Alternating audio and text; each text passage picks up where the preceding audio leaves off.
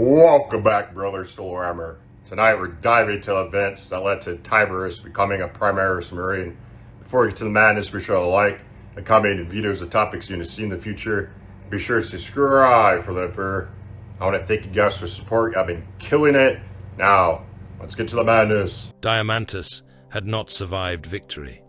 The Forge world turned beneath the void like a mutilated skull, its iron continent split along wounds visible from orbit. The dead mass of the grim destiny lay scattered across the planet's hemisphere, sections of the shattered space hulk buried beneath Manufactoria, mountain ranges and oceans reduced to boiling poison. Fragments larger than hive cities smoldered where they had fallen.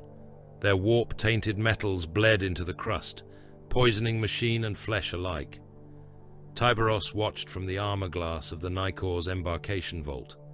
Below, Manufactorum rivers poured molten steel into tectonic trenches. Magma and industrial runoff met in explosions that hurled radioactive vapor into the upper atmosphere. Ash storms rolled across the night side, swallowing cities whose population registers still numbered in the billions. Within those storms, workers crawled from collapsed habstacks. Skitari cohorts marched through lethal rad zones without pause. Servitors dragged the bodies of their masters from burning.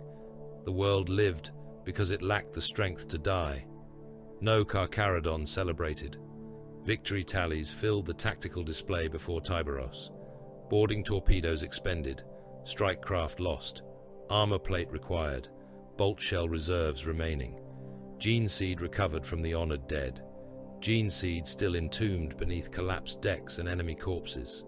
Bondsmen suitable for labor. Male aspirants with inviolable age and mutation tolerances.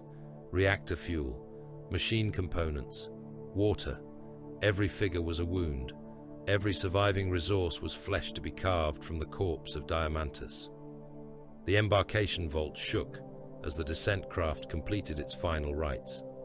Pistons drew back from the Thunderhawk's armored flanks. Red lumen strips painted the waiting warriors in the color of old blood. 12 red brethren stood behind their lord. Their tactical dreadnought plate bore no ornament beyond exile markings, predation glyphs and scars earned in forgotten wars. Their armor was the gray of dead seas beneath moonless skies. Each warrior carried the silence of the outer dark within him. Storm bolters rested against their breastplates. Chain fists and power fists hung at their sides. Tiberius stood at their head. He was immense even among the First Company. His ancient armor had been rebuilt across centuries, altered by tech marines whose names had passed into the chapter's sealed remembrance. Plates of overlapping ceramite and adamantium encased him like the shell of some abyssal predator. The armor's surface had once been grey. Fire, void exposure, and the blood of innumerable enemies had reduced it to something darker. His relic gauntlets waited at the ends of his arms. Hunger rested upon the right, Slake upon the left. Their power talons were sheathed. Their chain mechanisms remained dormant, though dried fragments of corrupted flesh still clung between the teeth. A bondsman approached, head bowed, his face pale above the iron collar at his throat. Descent path confirmed, Shade Lord. Surface batteries recognize our authority. The Fabricator survivors await at the Antikythera exclusion zone. Tiberius did not turn. Casualties.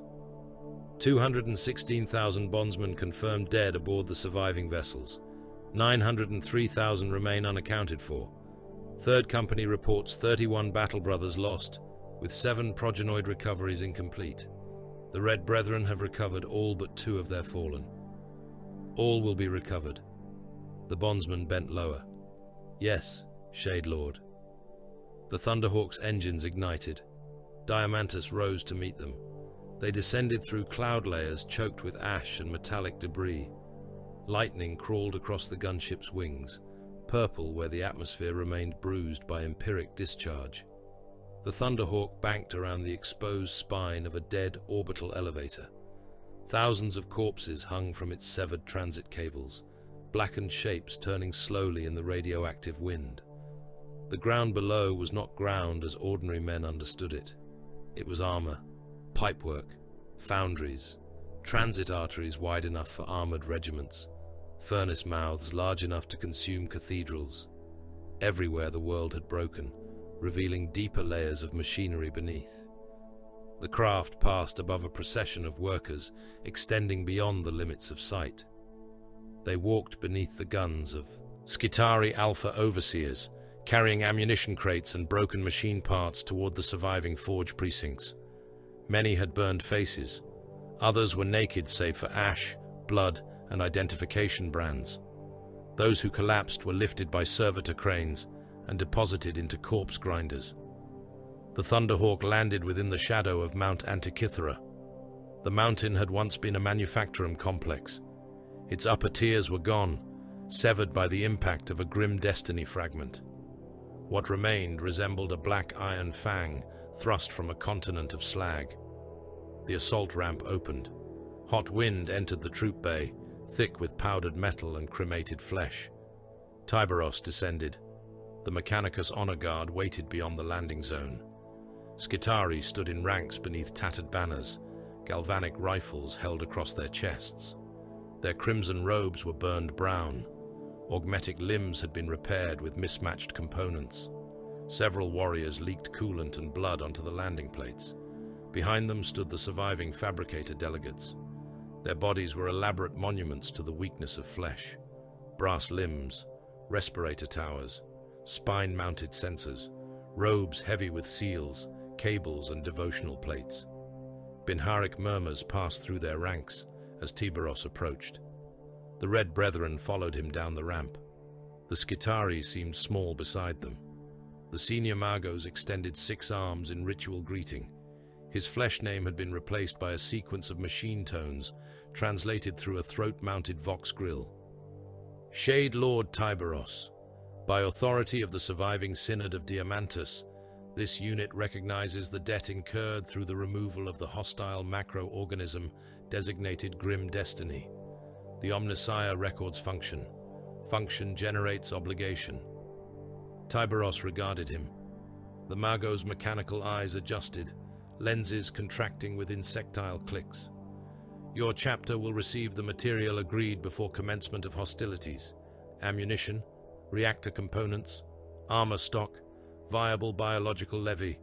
Further recompense may be negotiated according to the value of recovered sanctified technologies. Tyberos inclined his helm by the smallest degree. No words followed. The Magos remained motionless for 3 heartbeats, then rotated toward the entrance carved into the mountain. The descent into Antikythera took them through the dead. The upper vaults had become charnel chambers. Servitors lay fused to their stations. Tech priests hung from collapsed noospheric thrones, their robes soaked black beneath them. Skitarii retrieval cohorts moved among the bodies, removing cranial data cores and augmetics before allowing corpse servitors to collect the remains. The deeper levels were intact. Here, the walls sweated coolant. Incense drifted through red-lit corridors. Machine prayers whispered from damaged speakers, repeating the same 3 lines without end. Tyberos heard the floor within the repetition, a fractional delay, a distortion beneath the final syllable, the sound of something hiding within a sacred pattern. Kari walked at his right, psychic hood lowered over his shaven head. The librarian's face was colorless, his eyes black beneath the reflection of lumen strips. "You hear it," Tyberos said. "I feel its absence," Kari answered. "The machine cant circles a hollow place. Something has eaten the meaning and left the sound." The Magos leading them turned several degrees. Clarification requested. "Continue," Tyberos said. The procession reached the lowest accessible vault. An adamantium door filled the passage, its surface marked by seals bearing the sigil of Mars and the winged thunderbolt of the Indomitus Crusade. The locking mechanisms had no visible interface. 3 dead tech priests remained attached to the door by cables entering their skulls. The Magos extended the corpses convulsed, their mouths opened in unison. Authority accepted. The door withdrew into the mountain. Cold vapor rolled across Tyberos's greaves. Beyond waited a gene laboratory untouched by the ruin above. Stasis columns stood in ordered rows. Within them floated pale organs suspended in translucent amniotic gel. Cogitator banks lined the walls beneath purity seals yellowed by age. Surgical automata hung dormant from ceiling rails, their blades folded against their bodies. Tyberos entered alone. His helm display identified sealed tissue, repositories, implant caskets, and gene sampling engines. Fragments of High Gothic scrolled across a central lectern.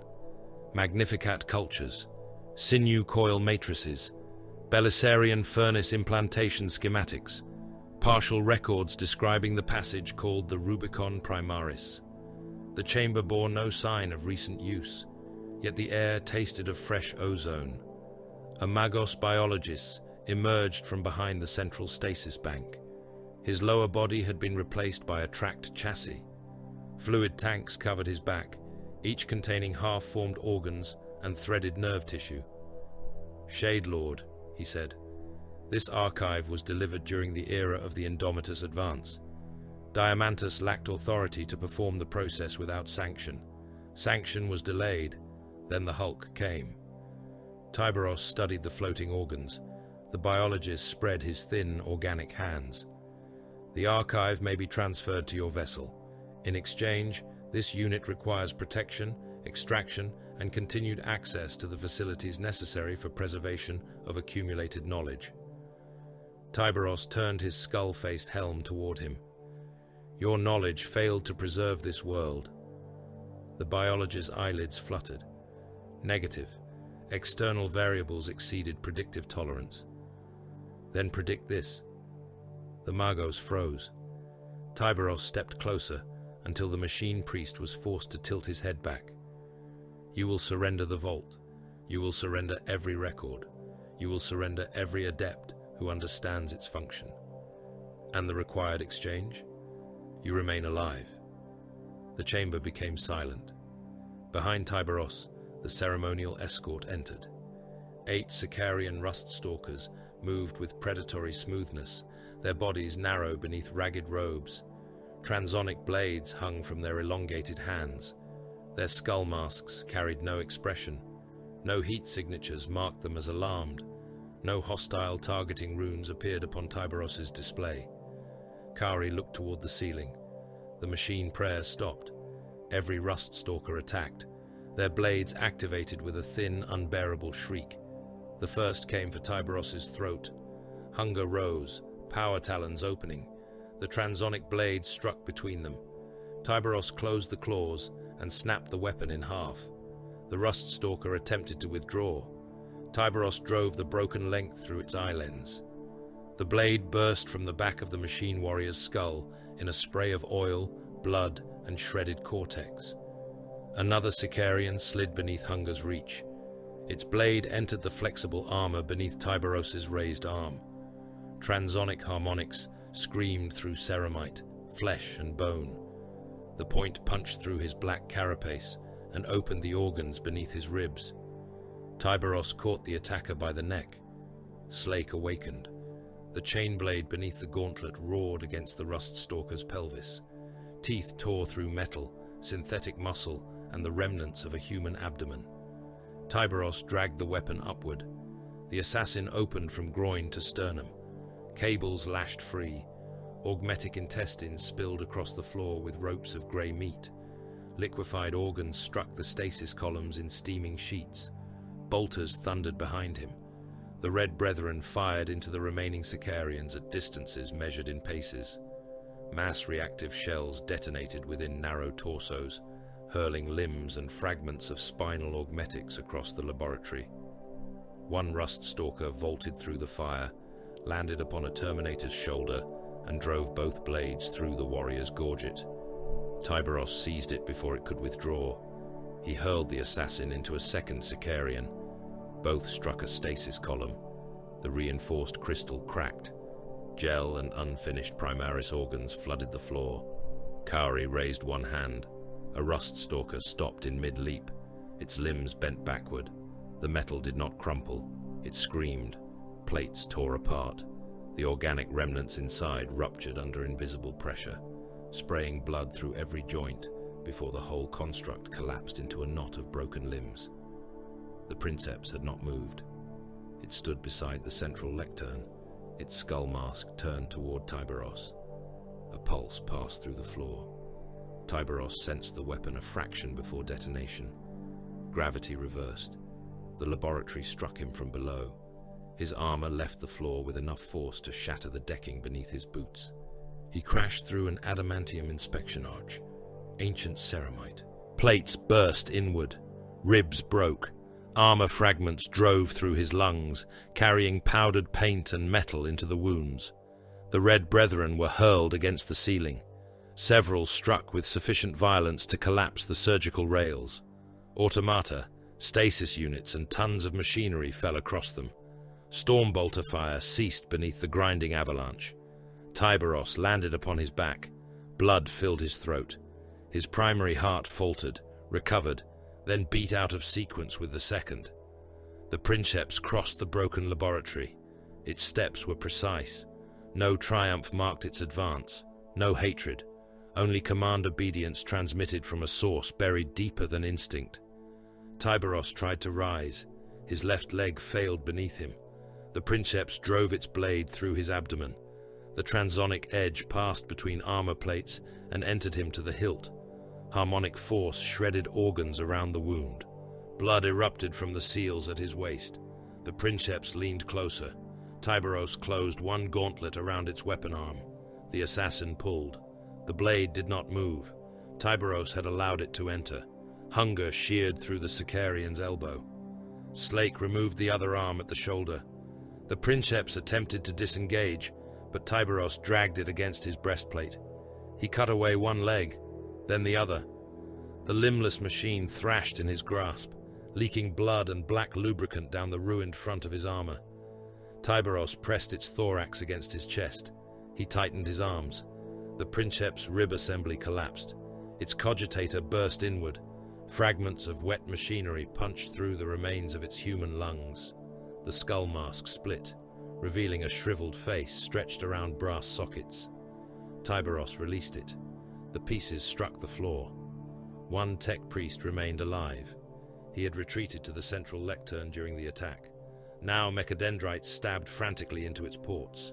Binharic code poured from his vox emitter in shrill bursts. Tyberos crossed the chamber. Each step left blood behind. The priest turned. Compulsion. This unit acted beneath hostile intrusion. Mercy is a rational allocation of surviving expertise. Tyberos caught his respirator housing. He tore it away. Flesh came with it. The priest's lower face opened in a red ruin of teeth, tubing and exposed jawbone.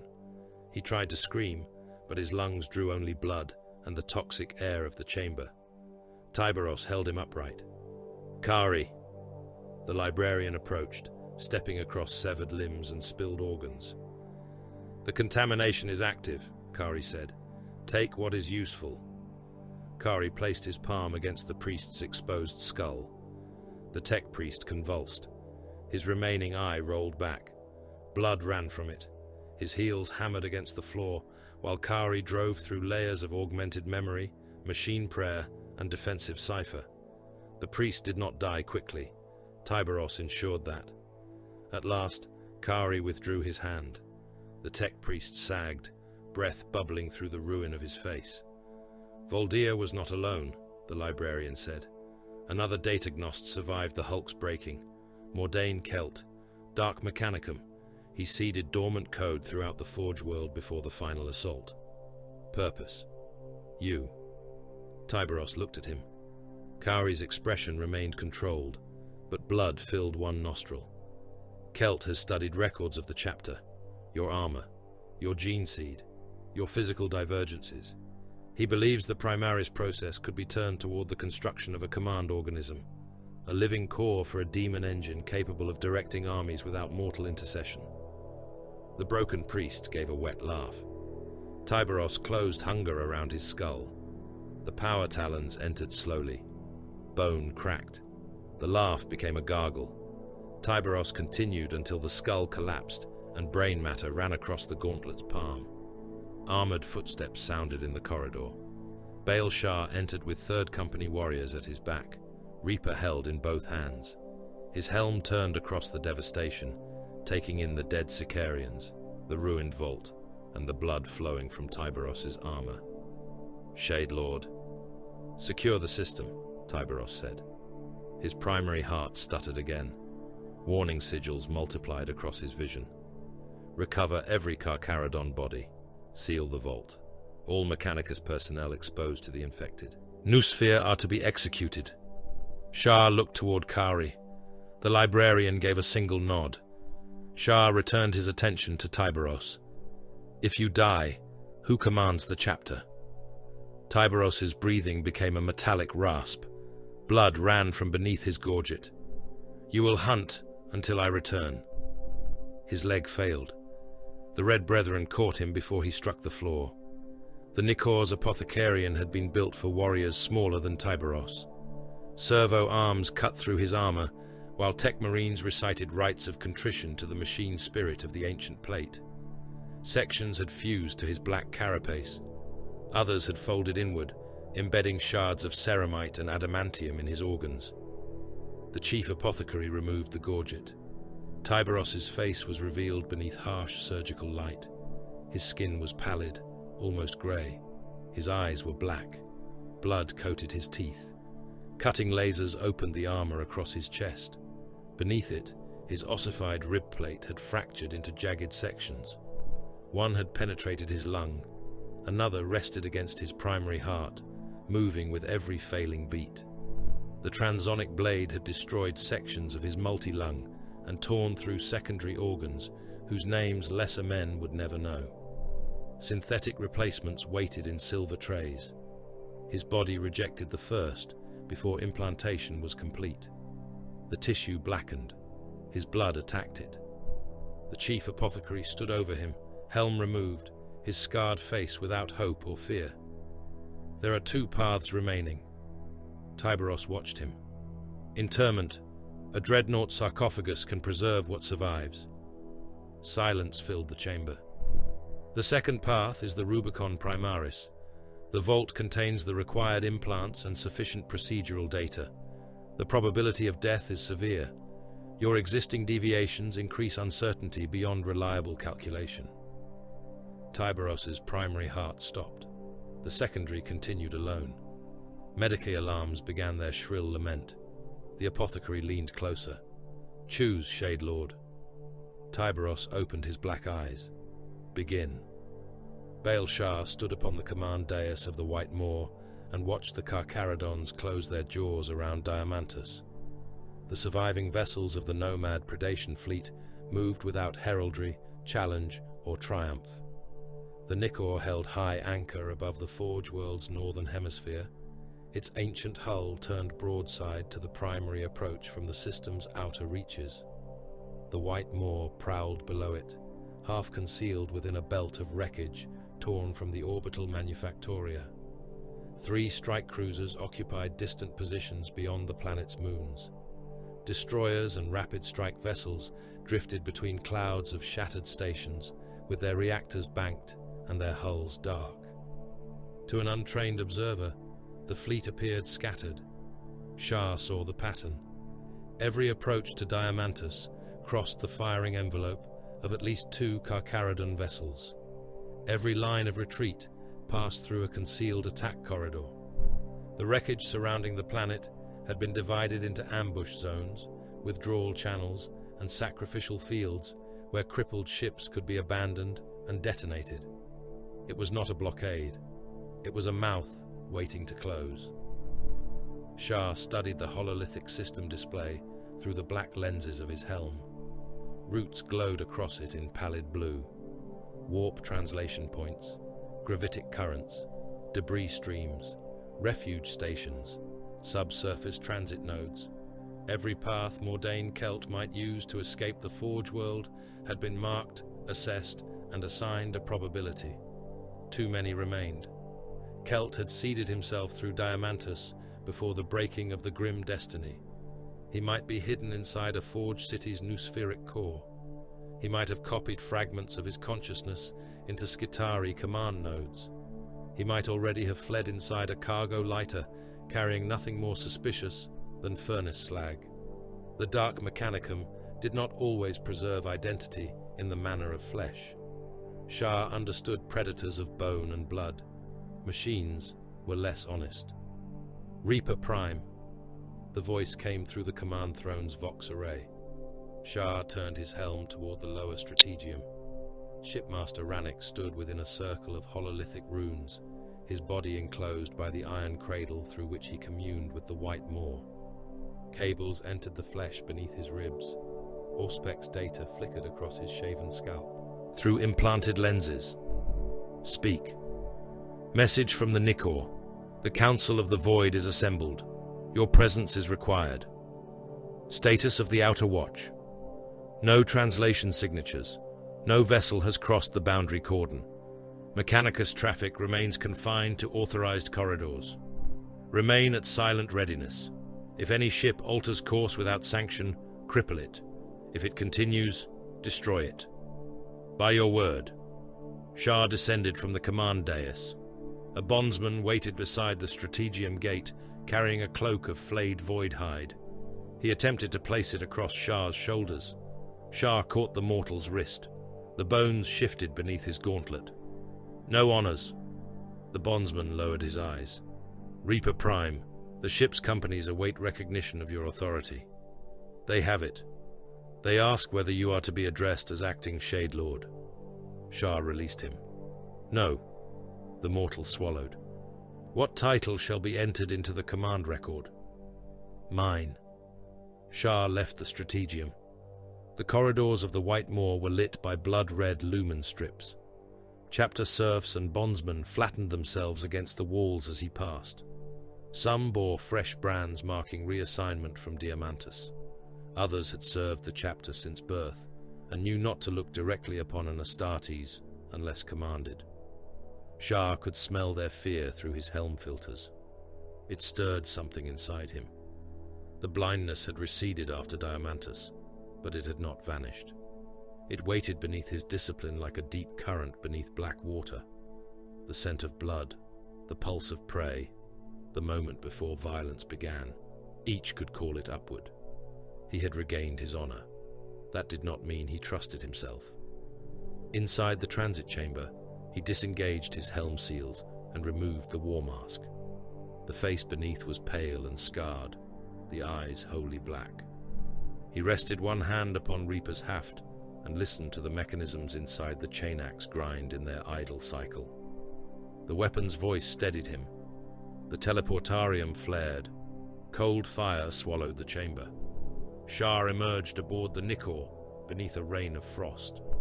The battle barge felt wounded.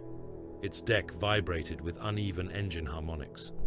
Damage klaxons sounded far below, muted by kilometers of armor, stone, and sacred machinery. The air carried incense, hot metal, and the iron scent of blood. Red Tain waited beyond the teleportation circle. The company champion wore his ancient plate and carried the coral shield across his back. His face remained hidden behind his helm. Reaper Prime. Shade Lord. Alive. The word held neither reassurance nor hope. Tain turned and led him through the vessel. They passed sealed bulkheads marked with contamination sigils. Behind one, execution teams were cleansing bondsmen exposed to the infected noosphere. Bolt pistols fired at measured intervals. There were no cries after the first few volleys. They descended through the apothecarian gates. The chamber beyond had once been a reliquary for the chapter's honored dead. Now its ossuary alcoves had been sealed behind sterile plating. Surgical mechanisms hung from the vaulted ceiling on articulated tracks. Medici servitors knelt around an iron bier large enough to hold a dreadnought sarcophagus. Tiberos lay upon it. Most of his armor remained in place. The breastplate had been cut open and folded aside, revealing layers of shattered black carapace, hardened tissue, and blood-clotted bone. Tubes entered his neck and abdomen. A mechanism beside the bier pumped dark blood through a purification reservoir and returned it to his body. Hunger and Slake rested upon his arms. The relic's chain teeth still turned in short, irregular spasms. Takahurangi stood at the bier's head. The pale nomad's long features were motionless. Age had gathered around his black eyes, though no weakness lived within them. Kari waited beside him in psychic hood and warplate. Red Tane took his place near the chamber doors. Cordy stood with his helm beneath one arm, his expression carved from the same restraint as the walls. The chief apothecary looked up from Tiberos's wounds. "Operational command has passed to you." "It has not passed," Shah said. "It has been entrusted." The apothecary's gaze did not shift. "The distinction will not alter the fleet's requirement for orders. It will alter what is remembered." Takahurangi inclined his head. "The Reaper Prime speaks truly." Shah approached the bier. Tiberos's eyes were closed. His face had the stillness of a corpse preserved beneath ice. Only the movement of the blood pumps and the slow rise of one damaged lung showed life. The chief apothecary extended a hand over the exposed thorax. The Shade Lord's primary heart has sustained progressive failure. Fragments of his ossified rib plate remain embedded within both lungs and the multi-lung. The transonic weapon destroyed sections of the preomnor and tore the oolitic kidney. His black carapace has fused to portions of the armor through heat and impact. "Remove the damaged organs," Shah said. "We have attempted replacement." The apothecary indicated a silver basin. Inside lay a synthetic organ surrounded by blackened tissue. The thing had been attacked by Tiberos's blood until its membranes split apart. His physiology rejects standard Mechanicus grafts. The rate of cellular destruction increases with each attempt. Cordy looked toward the sealed caskets lining the far wall. "The Primaris organs, the Magnificat, the sinew coils, and the Belisarian furnace," the apothecary said. "All three may preserve him. They may also kill him before the first implantation is complete." "Why?" The apothecary turned a hololithic projection above Tiberos's body. Skeletal structures, organ masses, and implantation pathways appeared in green light. The Rubicon protocols assume known proportions. The Shade Lord exceeds those measures. His musculature, skeletal density, and organ development are aberrant even by the standards of the Adeptus Astartes. Centuries of healing have hardened tissue around his thoracic cavity. His rib plate has become almost continuous. The image rotated. Crimson lines marked the cuts required. To insert the sinew coils, we must separate muscle from bone along the limbs and torso. The Magnificat requires access through the skull and upper spinal column. The Belisarian furnace must be seated against the secondary heart. To reach it, we must open the thorax and cut through tissue that has grown around the organ for centuries. "Then do so," Red Tane said. "The probability of survival remains below the threshold I would ordinarily accept." Takahurangi watched Tiberos's face. "There is another path," the apothecary answered without turning. "Interment." Shah looked at the iron alcove beyond the surgical engines. A dreadnought sarcophagus stood open within it, empty restraints waiting inside. Cables hung from the coffin's interior like exposed nerves. His mind would be preserved, Shah said. His command experience, his authority. A Contemptor chassis could be prepared. Tay's gaze moved to him. A sarcophagus would preserve function. It would not preserve the Shade Lord. It would preserve enough. Enough for battle, perhaps. Enough for council. Not enough to stand before the roaming companies and bind them beneath one will. The edicts do not demand that the Shade Lord walk. No, the chapter does. Shah's fingers tightened upon Reaper. The chapter demands survival. The chapter demands continuity, Tay said. Tiberos is more than the mind within his skull. He is the living center of the shoal. Place him inside a tomb of iron, and the companies will not see preservation. They will see ending. Better an ending that speaks than a corpse. The restraint bar beneath Tiberos's right hand folded with a shriek. Every warrior in the chamber fell silent. Tiberos's fingers closed around the iron. The muscles of his forearm trembled beneath broken armor, yet the metal bent further until it split from its mounting. His black eyes opened. "No tomb," he whispered. The chief apothecary leaned over him. "Shade Lord, your condition?" "No." The single word ended the matter. A chime sounded from the chamber entrance. The doors opened. 3 diamantine janitors entered beneath the guard of Red Brethren. Their forms were shrouded in sterile crimson robes. Glass vessels rose from their backs, filled with cultured tissue. The foremost moved upon 6 brass limbs and carried a cogitator shrine where his chest had once been. Transfer of complete Rubicon protocols remains suspended, he said. Shah turned. "Explain." "Mechanicus Covenant requires reciprocal biological access. The subject presents genetic irregularities of significant value. Unrestricted samples of progenoid material, blood, black carapace and muscular tissue are demanded before release of the encrypted surgical archive." Red Tane's gauntlet settled upon the hilt of the void sword. The genitor continued. "Denial invalidates prior agreement." Shah crossed the chamber in 3 strides. He seized the machine priest by the cogitator shrine and lifted him from the floor. Brass limbs scraped against the air. "You will release the archive," Shah said. "Then I will open your cranial vault and remove every datum your order has hidden." The genitor emitted a burst of alarmed Binharik. "Destruction of this unit may corrupt the decryption lattice. Then you will remain conscious." "Shah." Tiberos's voice was scarcely more than air moving through blood. The Reaper Prime looked back. "1 sample," Tiberos said. The words disturbed Shah more than the threat of the Shade Lord's death. The chapter guarded its gene seed with the severity of a sacred weapon. Its ancestry remained veiled beneath exile, redaction, and ritual silence. To surrender even 1 viable sample to Mars was to permit strangers to cut at the oldest wound in the chapter's identity. "Shade Lord," Shah said, "they will dissect its lineage." "Let them." Tekahurangi's eyes narrowed, but he did not object. Shah lowered the genitor. "1 sealed sample," he said. "No duplication beyond the agreed analysis. No removal from diamantine custody without our sanction." The priest's limbs touched the floor. "Terms accepted." Kari stepped closer. "And if the seal is broken?" The librarian's psychic hood hummed.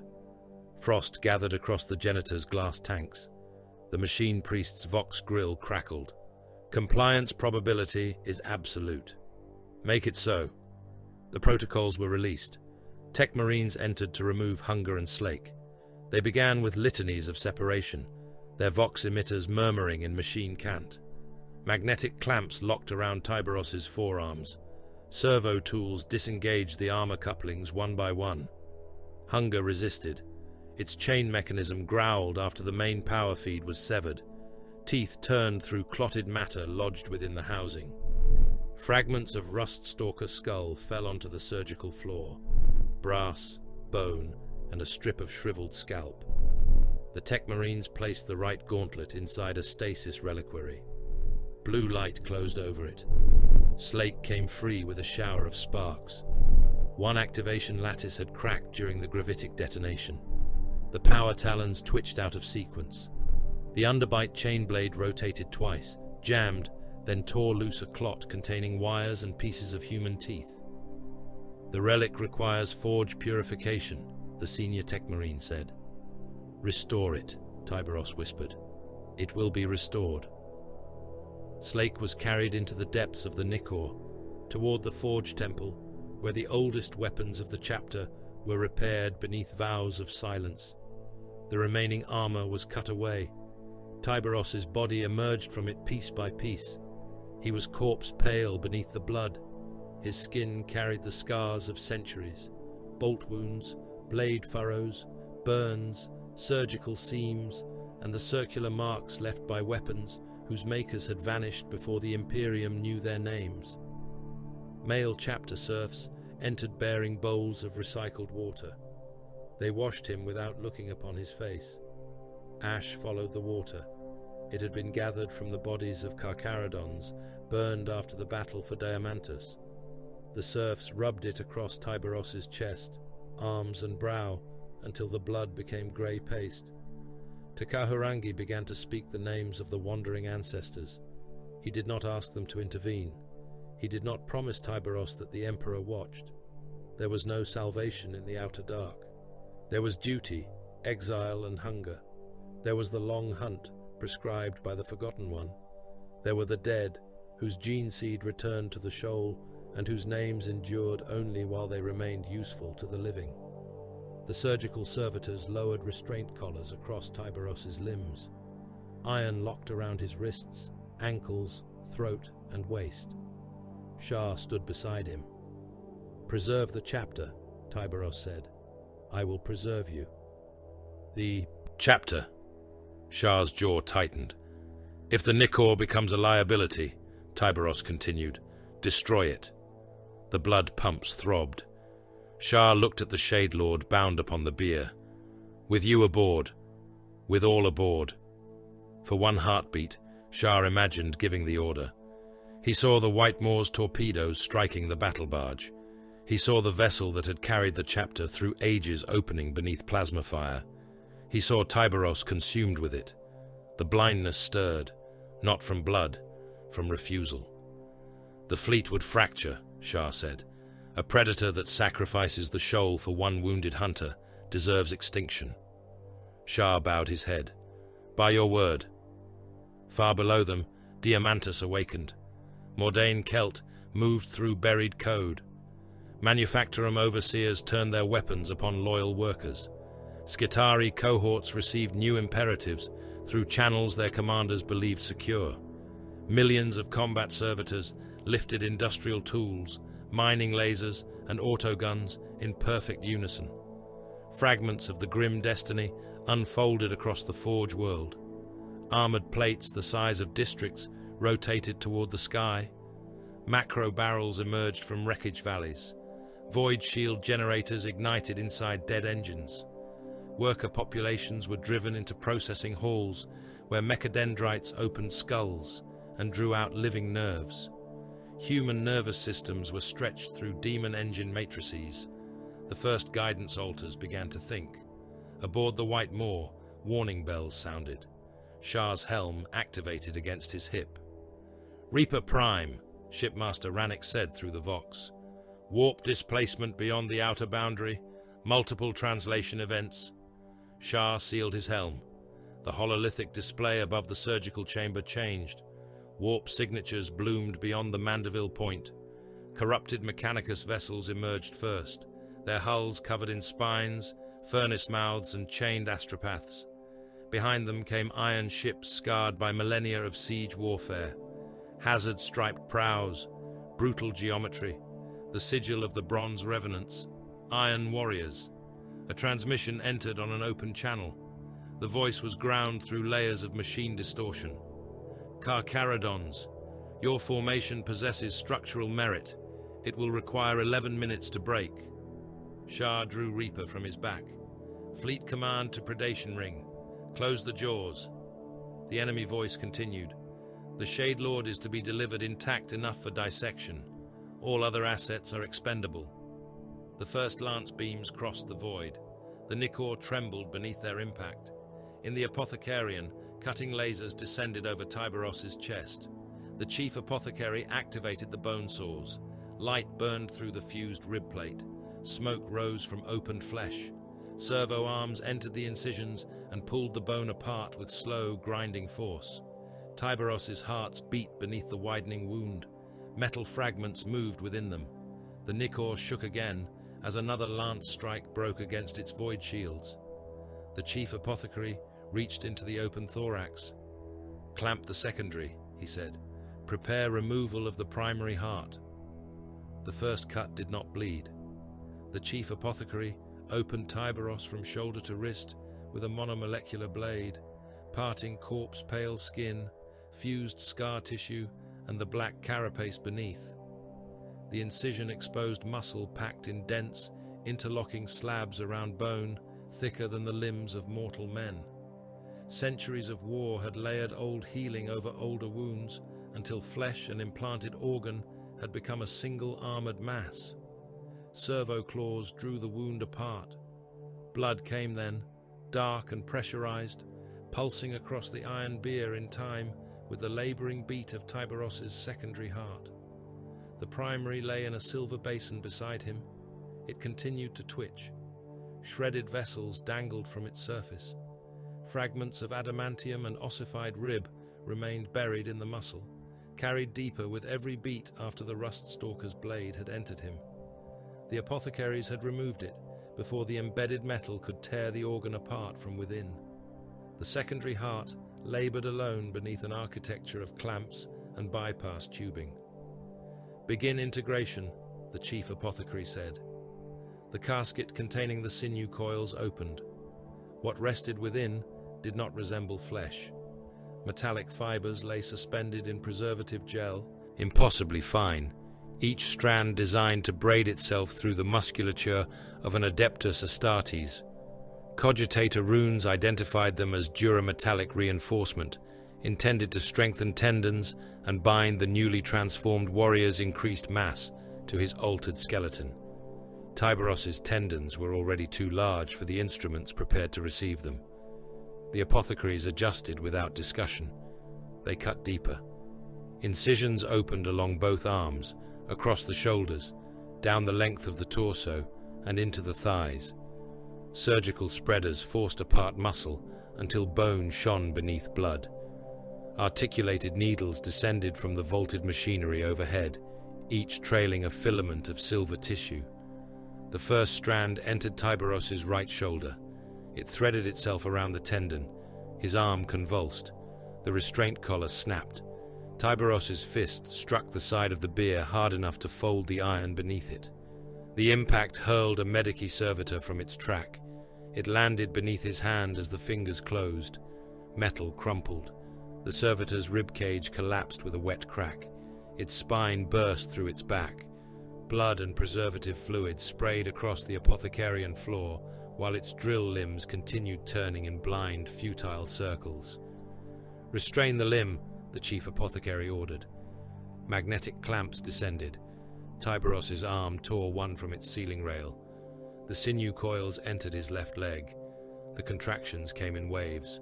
His heel drove through the bier's lower frame and crushed another servitor against the deck. Its skull vanished beneath his foot. Brain matter erupted through the vents in its cranial casing, grey pulp mingling with black lubricant. The remaining machines attempted to hold him, while his body fought the foreign tissue with the strength of an awakening beast. One restraint tore through the flesh of his wrist. Another bent around his throat. His spine arched. The muscles along his abdomen tightened around the open thoracic wound, squeezing blood from between the surgical clamps. "Motor activity exceeds calculated limits," said an apothecary. "Calculations were made for lesser flesh," the chief apothecary replied. "Sever the peripheral pathways." A laser scalpel descended toward the nerve cluster at Tiberos's shoulder. Cowrie watched from the edge of the bier, one hand resting against the adamantium floor. Psychic pressure gathered around him, cold enough to frost the joints of his armor. "You will leave him able to move again," he said, "when the procedure permits it." The laser cut. Tiberos's right arm fell still. The same was done to the left, then both legs. His body ceased striking the restraints, though contractions continued beneath the opened flesh. Muscles tightened and relaxed in monstrous ripples, while silver fibers crawled through them, binding tendon to bone. The chief apothecary watched the integration runes. "Continue." Beyond the apothecarian, the warships of the Carcharodons abandoned formation. From the strategium of the White Moor, Baal Shah watched the predation ring open. The Nicor remained above Diamantus, too large and too wounded to vanish among the planetary debris. Its void shields glimmered beneath distant lance strikes, each impact casting a sphere of pallid fire around the battle barge. The smaller Carcharodon vessels broke away from it. strike cruisers reduced thrust and disappeared into the wreckage of orbital foundries. Destroyers drifted behind the remains of cargo stations. Rapid strike vessels descended into the upper atmosphere, where ash storms and ionized cloud degraded enemy augurs. The bronze revenants advanced. Their formation was a siege wedge, precise and unhurried. Corrupted Mechanicus escorts formed its outer plates. Iron Warriors cruisers occupied the inner line, their armored prows directed toward the Nicor. Behind them came the battle barge, carrying their warpsmith, its hull a brutal mass of weapon batteries and reinforced launch bays. Shipmaster Rannick's voice issued from the command throne below Shah.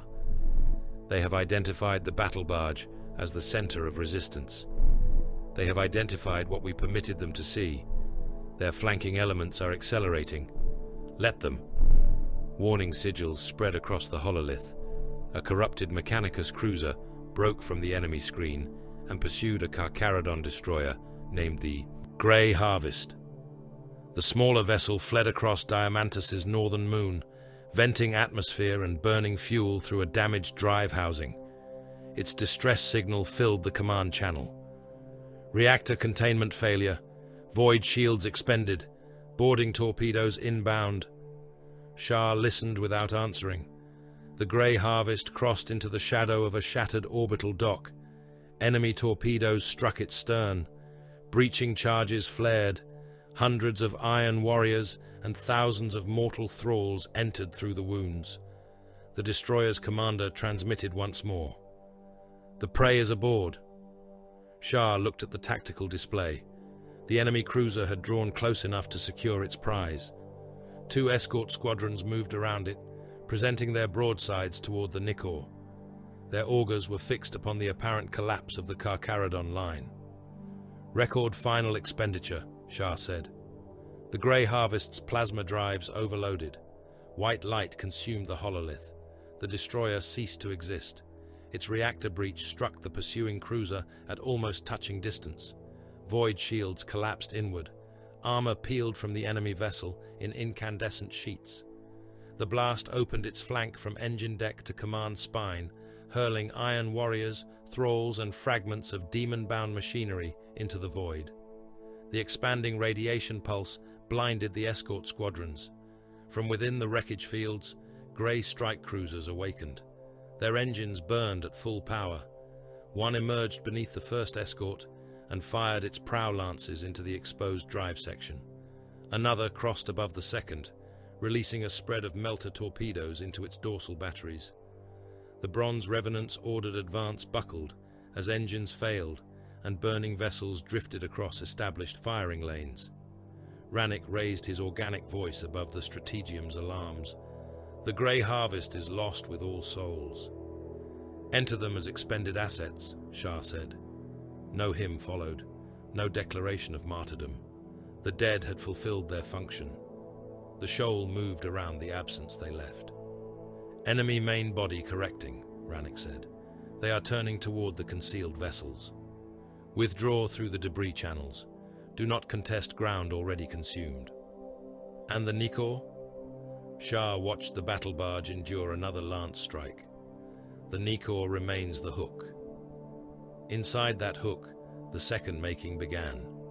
The Magnificat casket opened beneath seals of gene warding and Mechanicus prohibition. Within floated the left ventricular half of the Immortis gland, a pale knot of tissue no larger than a mortal eye. It would reshape the warrior around it. The chief apothecary cut into Tiberos's skull. Circular saws removed sections of bone around the rear cranium. Medici claws entered the opening, holding the exposed tissue apart, while needle arms mapped pathways through the brain. Tiberos remained conscious. His eyes were open. They showed no recognition of the chamber, the blades or the hands within his skull. Yet the secondary heart continued beating, and the movement of his remaining lung kept pace with the blood engines. Takahurangi stood beside him. "You descend," the pale nomad murmured. Tiberos did not answer. The organ entered through the opened skull. For 3 heartbeats, nothing changed. Then the Magnificat awakened. Bone grew around it. The new tissue surged through the interfaces at the base of Tyberos's brain, releasing commands into every part of his anatomy. His skeleton responded with violent speed. The removed plates of his skull shifted upon the surgical tray. His spine lengthened against the bier. Vertebrae cracked apart, thickened and locked again. Ribs moved inside his open chest, their broken ends grinding against clamps and cutting deeper through flesh. His jaw dislocated. The lower bone drove forward with a crack loud enough to carry across the chamber. Blood poured from his mouth. An apothecary forced the jaw back into place. It moved again. The medici claws seized his skull from both sides. His teeth shattered against one another. Fragments spilled across his tongue. New bone pressed through old scar tissue beneath his skin, splitting pale flesh along the brow and cheek. "Growth response exceeds the protocol," said an apothecary. "Maintain alignment. The cranial pressure is rising. Drain it." Needle entered the exposed tissue. Blood and clear fluid sprayed through the line. Kari heard the whisper beneath the machines. At first, it resembled the cadence of the surgical cogitators, a sequence of devotional binharik, too low for mortal ears and too ordered to be random function. The phrases moved through the servitors around the bier, passing from one to another without transmission. Noospheric wards showed no breach. Vox channels remained closed. The language existed inside the machines. Kari stepped away from Tyberos. "Kelt." Tekahurangi looked at him. "What do you hear?" "A dream." The drill servitor beside the chief apothecary turned its head. Its human face had been removed long ago, replaced by a polished iron mask. 3 optical lenses rotated toward the surgeon. The drill rose. Kari shouted a warning. It struck before the apothecary could turn. The adamantium bit entered the warrior's helm above the right eye. Ceramite split. The drill punched through the orbital bone and entered the brain. The servitor's motor accelerated. Grey matter, blood and fragments of black carapace churned from the breach. The apothecary's body jerked once. His gauntlets clawed at the machine's arm as the spinning bit crossed the center of his skull and tore through the rear plate of his helm. Every servitor in the chamber revolted. Bone saws descended toward Tyberos's open body. Injector arms drove poisonous compounds into surgical reservoirs. One machine seized an apothecary around the waist and folded him backward over the edge of the bier until his spine broke through the armor seals. Red Tain entered beneath the rising scream of alarms. The void sword ignited. Its first stroke removed the drill servitor's arm at the shoulder. The second split the machine from collar to pelvis. Blood-filled cables and preserved organs spilled from its open chassis. Tain moved without haste. A saw descended toward the Magnificat feeds entering Tyberos's skull. The coral shield struck it aside. The blade chewed across the shield's ancient surface, spraying sparks. Tain drove the void sword upward through the servitor's torso, avoiding the surgical tubing by less than the width of a finger. The power field opened metal and flesh in a straight, cauterized line. Another machine lunged from behind. Tain pivoted. The sword passed through its legs. It fell upon the operating platform and continued dragging itself forward with clawed hands. Tain stamped upon its skull. Bone, brass, and cultured brain tissue spread beneath his boot. "Do not sever the feeds," the chief apothecary ordered. "Then keep them from my blade." Kari closed his eyes. The scrap code revealed itself. It was microscopic, etched into the control structures of the diamantine implants and carried into the Nicor within the Primaris tissues. Kelt had not failed to stop the Carcharodons from taking the vault. He had desired it. The heretic had placed corruption inside the cure. Kari entered the local noosphere through force of will. The chamber changed around him. Walls became pillars of iron script. Surgical engines stretched into towering skeletal forms, their limbs threaded with red code. Beneath every Mechanicus canticle waited another phrase, darker and older, repeating the same command. "Open, receive, become. Kari unleashed his hatred. Psychic flame passed through the chamber without heat. The Binharic whisper became a scream. Servitors convulsed. Control banks burst. The corrupted runes blackened and dissolved beneath a tide of warp-borne force. Tech Marines entered through the emergency gates, chain blades cutting into data conduits, while melter torches severed the surgical vault from the Nikor's wider noosphere. The price passed through the ship. Hundreds of male serfs connected to the compartment's machinery collapsed at once. Men stationed at coolant shrines clawed at their implants as fire traveled through the cables entering their skulls. Bondsmen fused to sensor thrones began shrieking through borrowed Vox channels. Their eyes boiled. Blood jetted from nostrils and ears. Some survived the first surge. Red Tain watched them writhe beyond the armor glass. Purge the compartment. A Tech Marine turned toward him. There may be uncorrupted assets among them. There may be infection. The champion's voice held no anger. Execute all. Bolt. Pistols sounded through the adjoining galleries. The shots continued until the screaming ended. In orbit, Diamantus turned its remaining guns toward the Nikor. Macro cannon platforms unfolded from the wreckage of the Grim Destiny. Their barrels had once faced the incoming Chaos Fleet. Now they rotated toward the Karkaradon battle barge. The first shell struck amidships. Void shields flared and failed. The second passed through the weakened field. It penetrated 3 armored decks before detonation. Thousands of bondsmen vanished beneath the blast. Compartments collapsed into one another. Air, blood, and bodies vented through a wound kilometers long. A Red Brethren teleportarium ruptured as its capacitors overloaded, transforming warriors, serfs, and machinery into incandescent vapor. The Nikor's main batteries fell silent. Across the system, the bronze revenants began their advance. Within the Apothecarian, the Magnificat died. Black corruption spread through the implanted tissue. Necrosis raced along its interfaces. Tyberos's body temperature climbed. Blood hissed where it touched the bier.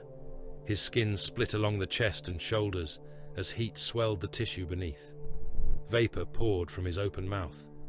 The secondary heart hammered with such force that the clamps around it began to tear free. "Remove the organ," said one apothecary. The chief apothecary watched the failing runes. "Removal will end the transformation. Leaving it will kill him." The Nikor shook beneath another impact. The chief apothecary reached for the adrenal controls. The Shade Lord did not choose caution. He opened every reservoir. Stimulants flooded Tyberos's bloodstream. His body arched against the restraints. The secondary heart beat once, twice, then stopped. The Medici cogitators emitted a single unbroken tone. Neural activity vanished from the displays. The blood pumps continued cycling through a dead body. "No cardiac function," an apothecary said. "No cerebral response." The chief apothecary looked at Tyberos's black open eyes. "Time of death." "No." Takahurangi stepped to the bier. Warning klaxons screamed through the wounded ship. Enemy lance fire illuminated the chamber in flashes of white. Beyond the hull, the Iron Warriors closed upon the darkened guns of the Nikor. The pale nomad placed one hand against Tyberos's open skull. His eyes became wholly black. He reached into the silence where the Shade Lord's mind had been. There was no corpse waiting there, no extinguished soul, only depth, a darkness beneath darkness, vast and cold, into which Tyberos had withdrawn beyond the reach of machine, flesh, and ordinary death. Takahurangi felt something moving far below, something still hunting. Diamantus screamed through 12 billion throats. The sound did not rise as one voice. It came as overlapping strata of human agony, machine distress, and Binharic alarm, broadcast from Manufactoria, transit vaults, and hab stacks across the sundered Forge world. Vox towers carried the cries until their transmitters melted. Data shrines repeated death notices faster than the priesthood could classify them. Emergency channels filled with pleas for evacuation, contradictory commands, and the final prayers of men being burned alive inside their workstations. Nearly 12 billion workers, servitors and Skitarii had survived the breaking of the grim destiny. That number diminished by millions with every passing hour. Loyal Forge enclaves fought from behind industrial bulwarks, their tech priests directing depleted cohorts through the ruins. Skitarii rangers fired from refinery towers, while Vanguard maniples advanced beneath clouds of radioactive dust, their radium carbines poisoning everything within reach. Corrupted macroclades answered with phosphor bombardment. Burning spheres burst among infantry columns, coating bodies in incandescent compounds that continued devouring flesh after victims had torn away their robes and skin. Men ran without faces. Servitors crawled on severed limbs, still attempting to fulfill commands as their organic components spilled behind them.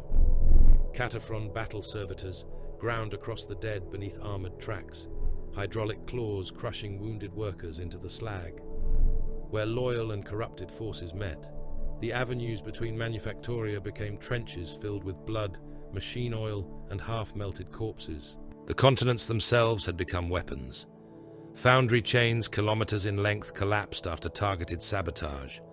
Smelter seas burst through their retaining walls and drowned entire cohort formations beneath rivers of white metal. Mountain-sized assembly plants folded inward as their supporting pylons failed, killing millions beneath machinery built to outlast civilizations. Orbital wreckage fell continually. Ship fragments entered the atmosphere like burning cities. Some struck the surface with enough force to carve new valleys through the iron crust. Others broke apart overhead, showering manufactorum districts with adamantium plates and reactor debris. The night side of Diamantus glowed beneath a false dawn of impact fires. Between the forged cities walked gods of war. Loyal titans strode beneath banners burned almost beyond recognition. Their plasma reactors turned the radioactive storms to steam around them.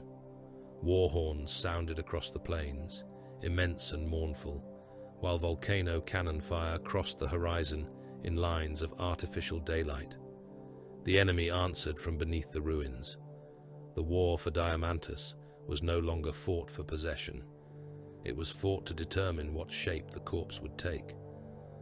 Baal Shah watched the planet burn from the strategium of the White Moor. Hololithic projections filled the air around him. Orbital trajectories intersected with troop deployments, geothermal data, and enemy firing solutions. Diamantus rotated at the display's center, half hidden beneath static created by Kelt's scrap code. Shah had divided the Carcharodons into hunting packs. No company held a fortress. No squad defended ground for its own sake. Strike forces descended, killed and withdrew before the enemy could mass against them. Command nodes vanished beneath melter fire. Ammunition reservoirs detonated without warning. Transit arteries collapsed just as corrupted macroclades attempted to cross them. The Carcharodons did not rescue populations. They did not reinforce loyal Skitarii lines because the lines were failing. They attacked what allowed the enemy to think.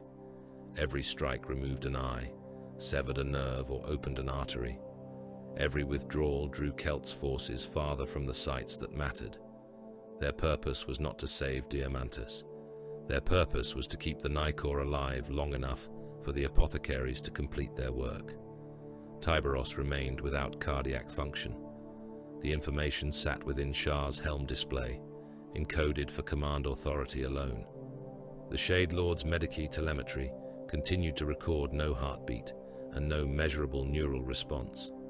Shah did not permit the datum to enter his thoughts. Enemy battle barge altering vector, Shipmaster Rannick reported from the command throne. The Bronze Revenants are moving to establish sustained bombardment against the Nicor. Range. Closing. 11,000 kilometers. Too far. Rannick's lenses narrowed.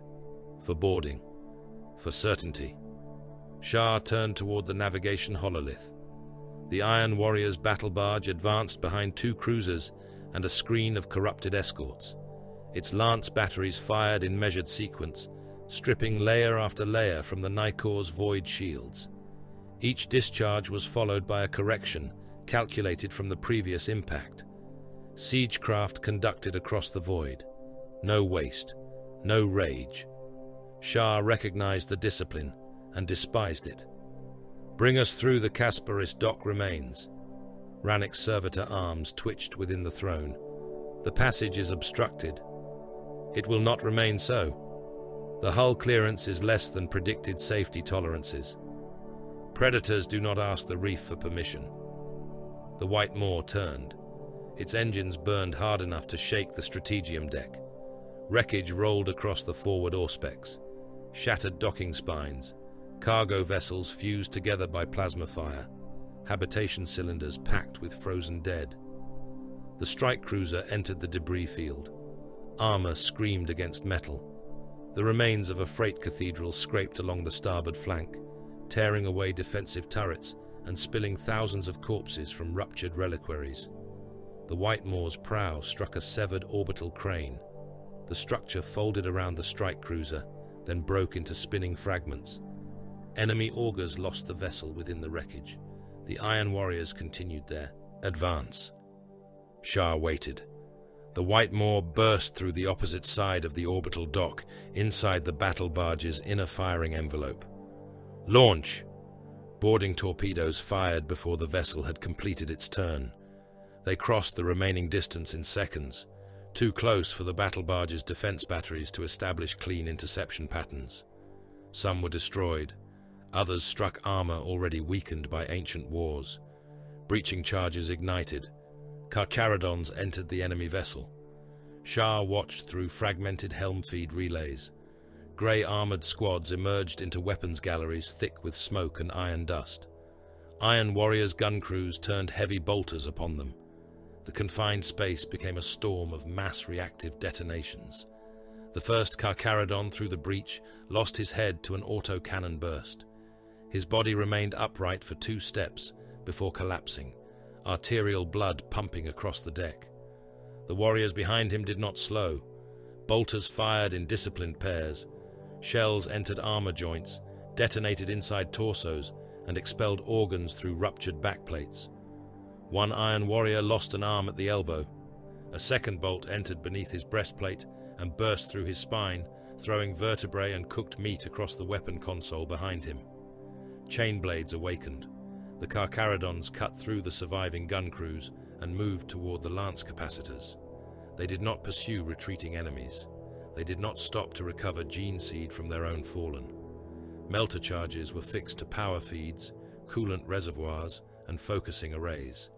Enemy counterattack formations converged. "Charges set," the boarding commander transmitted. "Withdraw," Shah ordered. The Carcharodons returned through the same breaches, while the Iron Warriors closed around them. Several squads were cut off.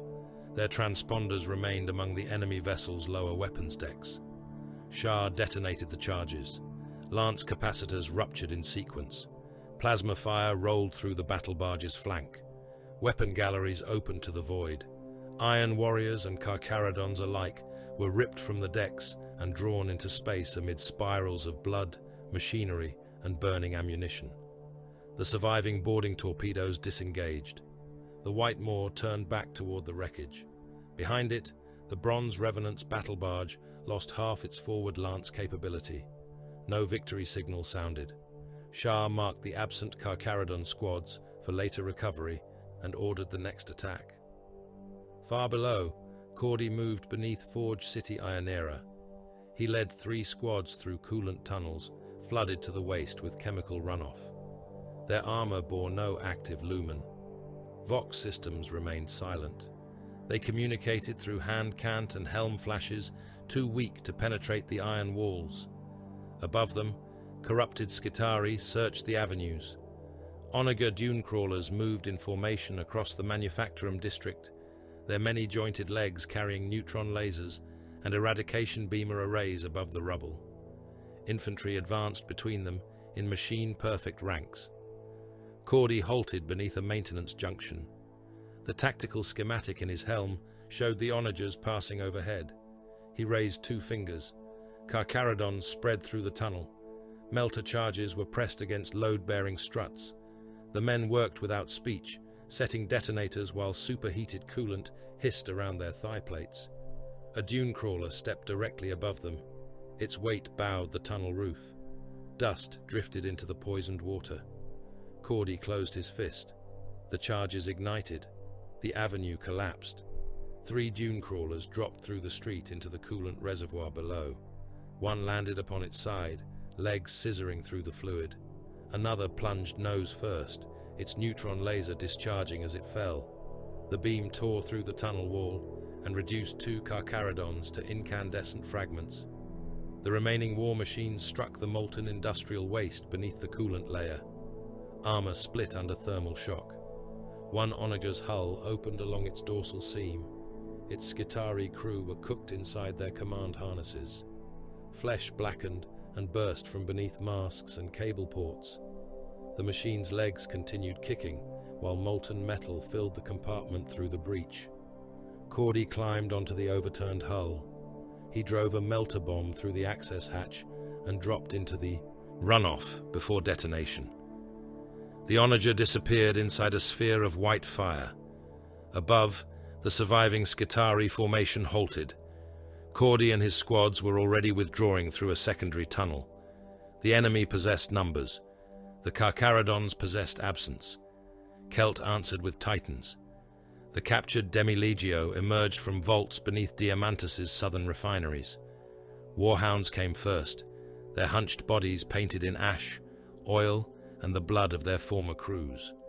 Scrap Code had fused Princeps and Moderati into their command thrones.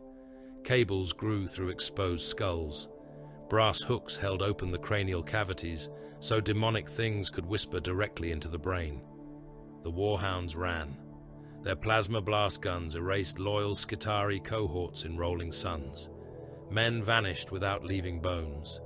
Those beyond the impact zones ignited where they stood, their armor sealing melted flesh inside. A Reaver followed. Chains made from linked human spines hung beneath its armored carapace.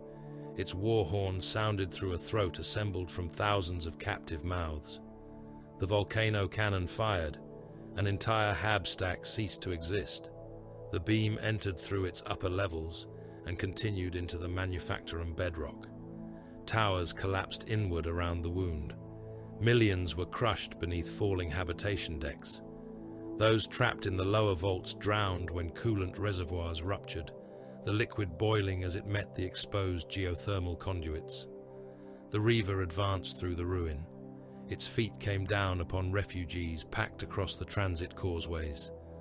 Bodies burst beneath its weight. Blood sprayed between armor plates in red fans, while bone and organs were ground into the roadway. Loyal Mechanicus commanders broke encryption and transmitted directly to the White Maw. A Magos Dominus appeared within the Strategium hololith, his body reduced to a column of damaged augmetics. Reaper Prime, Forge Arcology Mnemosyne, has become the nexus of hostile transmission. Approximately 400 million labor units remain within its precincts. Loyal forces retain 31% territorial integrity. Evacuation corridors may be established if your vessels provide orbital interdiction. Shah studied the data. Scrap Code pulsed outward from the arcology through thousands of manufactorum systems. Every machine touched by the signal turned against its operator. It was not merely a city, it was an amplifier. How long to evacuate? Shah asked. Minimum projection, 9 hours. The enemy fleet reaches weapons dominance in less than 1. Then deploy your Adeptus Astartes within the transmission sanctums. Our defenders will create... No. The Magos optic clusters focused. Shah touched the arcology's geothermal schematic. Rupture the foundations. Rannick looked toward him from the command throne. Confirmed target contains loyal forces. It contains a weapon. The Magos Dominus emitted a shriek of Binharic denial. Those lives belong to the Omnissiah. They belong to the calculation. Shah transmitted firing authority. The White Maw's surviving bombardment cannon turned toward Diamantus. Shells fell through the atmosphere and struck the geothermal regulators beneath Mnemosyne. The first impact cracked the containment vaults. The second opened the mantle conduits. The forge arcology folded. Its central spires sank as molten rock erupted through the lower manufactoria. Hab blocks slid into the widening fissure. Hundreds of millions of workers, priests, servitors and defenders vanished beneath flame and falling steel. The scrap code transmission ceased. The death entered Shah through the strategium, not as sound, as pressure. For several heartbeats, every living thing around him became prey. Rannick's exposed throat, the bondsmen at the Auspex stations, the bridge officers sealed inside their command cradles. Shah smelled blood where none had been spilled. He saw the fragile movements of hearts beneath ribs. Reaper trembled in his grip. His gauntlet tightened, metal stripped from the chain axe's haft. The blindness rose. Shah spoke the names of the Third Company dead, one after another. Warriors lost above Diamantus, warriors slain within the hulk, warriors whose progenoid glands had been recovered, warriors whose bodies remained beneath alien wreckage and industrial fire. He spoke until the strategium became a strategium again. Rannick was no longer meat. The bondsmen were no longer fleeing animals. Reaper became a weapon rather than hunger. Shah released the haft. Continue the pattern. Aboard the wounded Nikor, Kari faced the surviving Diamantine Magi through a sealed hololithic channel. Their accusations came as overlapping machine voices. Unlawful termination of Imperial assets. Desecration of ordained human function. 400 million losses exceed sanctioned tactical necessity. Kari listened until the channel fell silent. Your world survives because we perform calculations you are too weak to complete. Amagos raised 3 bladed limbs. You have murdered servants of the Emperor. We destroyed an enemy weapon. They were loyal. They were useful to the enemy. Kari stepped closer to the projector. Interfere with the Reaper Prime's orders again, and your priesthood will be executed by rank, beginning with those before me. Your data cores will be burned. Your sanctums will be opened to the void. Diamantus will continue without you. No Magos answered. The Nikor's long-range augers screamed. New structures emerged around the equatorial orbital ring. The largest fragment of the grim destiny had begun unfolding. Plates shifted across one another. Foundry limbs clamped onto the ring. Furnace mouths opened along a hull large enough to shadow nations. Within it, hundreds of millions of captive workers hung inside processing cathedrals. Their skulls had been opened. Their nerves were drawn out, braided and connected to guidance matrices. The machine thought with human pain. A designation appeared across Kari's display, the Dominion engine. Then every Vox channel in the system went silent. A single beat sounded, slow, metallic. Another followed. Kari knew the rhythm. Tyberos's Medici telemetry. Kelt had taken the Shade Lord's artificial cardiac pattern and turned it into a beacon. Across Diamantus, corrupted Skitarii halted. Warhounds turned their heads. The Reaver rotated upon its ruined city. Orbital guns changed bearing. Every infected machine looked toward the Nikor. The heartbeat sounded again, and the world began to aim. The first breaching pod struck the Nikor hard enough to move the battle barge against its own mass. Deck plates buckled. Reliquary niches split open. The bones of dead Carcharodons spilled from their iron shrines and skittered across the passageways as gravity stuttered. Incense burners swung from chains, casting sparks through smoke, already thick with the stink of scorched insulation and ruptured coolant. A heartbeat later, the second wave arrived. Iron Warrior's assault rams punched into the outer decks beneath the protection of gravitic clamps and ablative shields. Dark Mechanicum breaching coffins followed them, narrow and black, each vessel shaped like a coffin dragged through the void by hatred. Their cutting crowns bit into the Nikor's hull. Melter charges burned through armor sanctified by 10,000 years of war. The fortress monastery opened. Atmosphere rushed into space through wounds kilometers apart. Bondsmen were torn from ladders and devotional alcoves. Some struck bulkheads before decompression claimed them, skulls cracking open against iron. Others vanished through ruptured passages, their bodies tumbling into darkness with tools still chained to their wrists. Combat servitors came through first. Thousands poured from the breaches in ordered ranks, their torsos rebuilt around autoguns, rotary cutters and mining drills. Some still wore the branded skins of diamantine laborers. Their mouths had been sewn shut beneath brass muzzles. Their eyes had been replaced by targeting lenses that glowed through the vapor. Behind them crawled demon engines bred for confinement. They were low, many-limbed things, too broad for mortal passageways and too strong to be stopped by walls. Metal ribs ground against the Nikor's interior. Clawed feet pierced decking. Furnace throats breathed flame through vox grills made from human jaws. The outer decks became killing tunnels. Explosive decompression ripped bodies apart where pressure doors failed to seal. Coolant pipes ruptured and froze men upright against bulkheads, their flesh whitening beneath layers of ice. Servo skulls continued reciting litanies while battle servitors trampled through frozen corpses and reduced them to red shards. The Nikor fought as an ancient beast might fight parasites beneath its skin. Bulkheads slammed down. Defense turrets awakened. Murder servitors rose from hidden alcoves and emptied shotguns into the invaders at distances measured in arm's reach. Entire galleries flooded with flame when the ship's machine spirit recognized that they could no longer be held. Still, the enemy advanced. At the approaches to the Apothecarian, the Red Brethren formed their wall. They stood shoulder to shoulder across the widest passage, tactical dreadnought plate locked together beneath a ceiling veiled in incense. Storm bolters rested upon their gauntlets. Chain fists and power fists remained lowered. No warrior spoke. The first slave wave entered the corridor at a run.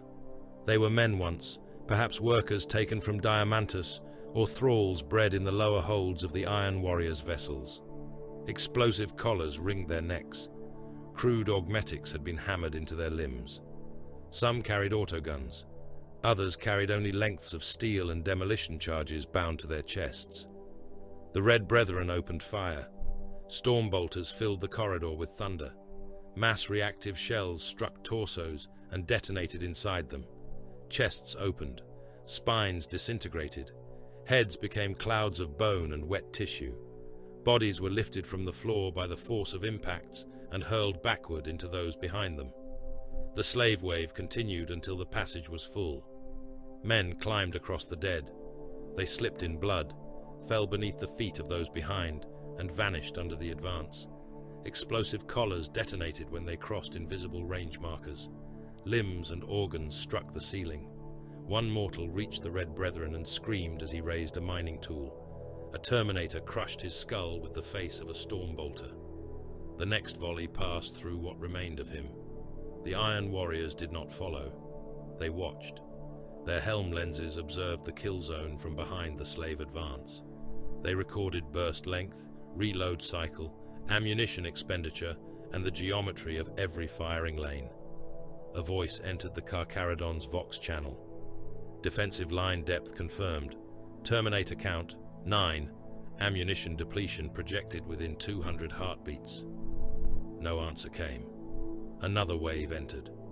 This time the slaves carried armored plates torn from manufacturer machinery. The shields did not save them. They delayed their deaths long enough for the bronze revenants to refine the calculation. When the Red Brethren's storm bolters began to click empty, the Iron Warriors advanced. Breaching drills came first, carried on servo harnesses. Graviton weapons followed, their coils surrounded by distortion. The traitors moved behind interlocking shields and the piled dead of their slaves. The Red Brethren stepped forward.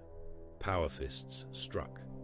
The first Iron Warrior disappeared beneath a blow that crushed helm, torso, and backpack into a single ruined mass. Black blood burst from the armor seams. A chain fist tore through the next traitor's shield and continued into his abdomen, cutting plate, muscle, and organs before exiting through the spine. The corridor narrowed around them. Iron warriors fired bolt weapons into joints and visors. Graviton pulses dragged Terminators to their knees, increasing the weight of their armor until the deck groaned beneath them.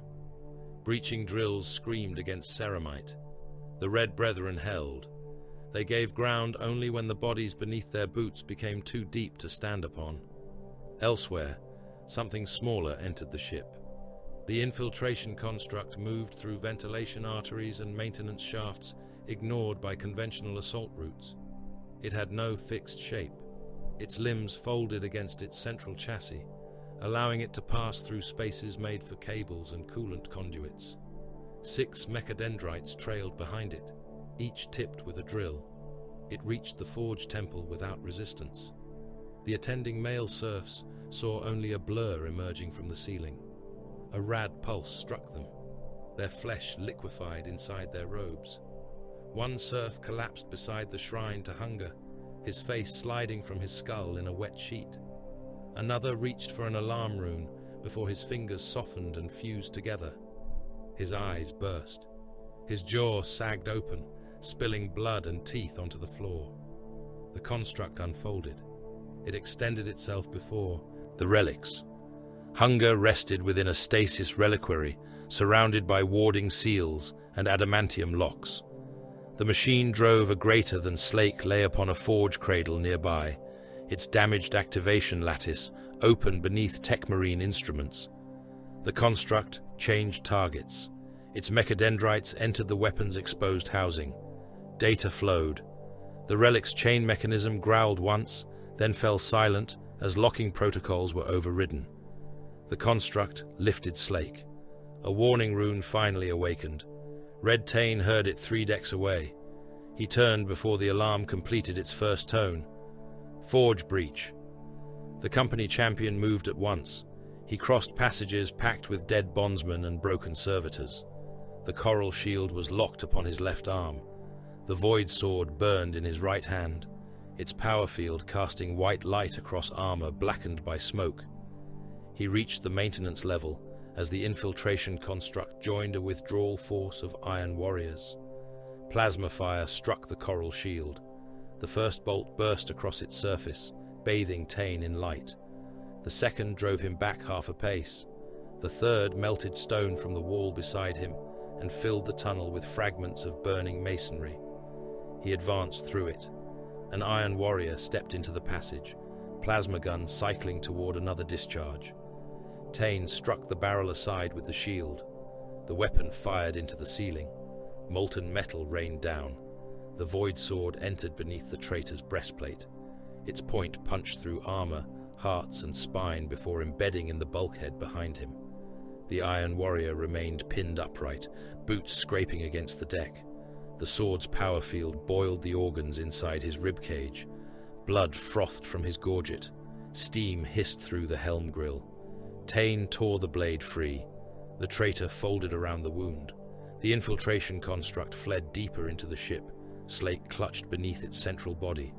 Tane followed. He cut through combat servitors in the narrow maintenance tunnels, taking heads and weapon limbs without slowing. One machine drove a mining drill into his shoulder guard. He caught its chassis against the coral shield and forced it into the wall until the drill tore itself from its mounting. The construct reached a prepared breach. Beyond it waited the void. An assault ram clung to the Nikor's hull, its inner hatch open.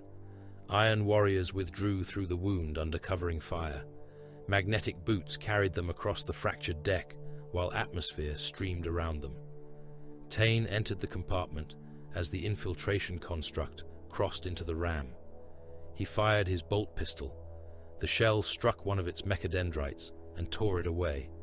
Slake remained in its grasp. The assault ram disengaged. Tane reached the breach. Beyond the failing atmosphere, the enemy vessel receded into darkness beneath the shield of corrupted escorts. Slake's locator rune blinked once upon his helm display, then vanished. Tane stood before the open void. No curse passed his lips, no roar of failure. He returned to the Forge Temple and found 7 infiltrators still alive among the dead. Some were combat servitors.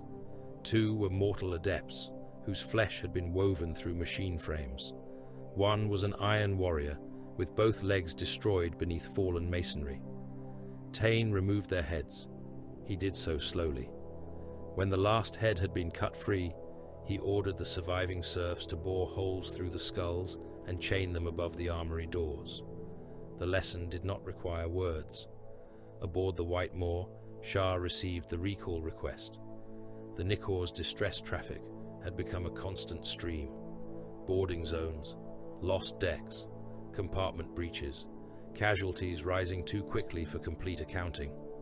Shipmaster Rannick turned from the command throne. Red Brethren request immediate reinforcement. The outer Apothecarian lines are failing. Shah watched the orbital defense platforms rotate across the hololith. The corrupted guns around Diamantus were the greater threat. If they remained active, the enemy fleet could close upon the Nikor without resistance. Every Carcharodon vessel sent back now would cross exposed firing corridors. Maintain current attack. The battle barge may be boarded through to its inner sanctums. Then the inner sanctums will hold. The Shade Lord is aboard. Shah's grip tightened around Reaper. He ordered the chapter preserved before any individual. Rannick said nothing. Shah marked 3 orbital platforms for destruction. Transmit to the Red Brethren. No reinforcement. Hold until relieved or expended. The words entered the command record. Shah felt their weight and did not alter them. Within the Nikor, the war passed to the bondsmen. Tens of thousands of male serfs were armed from emergency stores. Shotguns, autoguns, demolition charges, industrial cutters and tools intended for opening starship armor were issued without ceremony. Men who had spent their lives maintaining plasma conduits now waited behind barricades of cargo crates and corpses. They died by the hundred. Demon engines entered the cargo decks through wounds opened by breaching pods. Bondsmen fired until barrels glowed.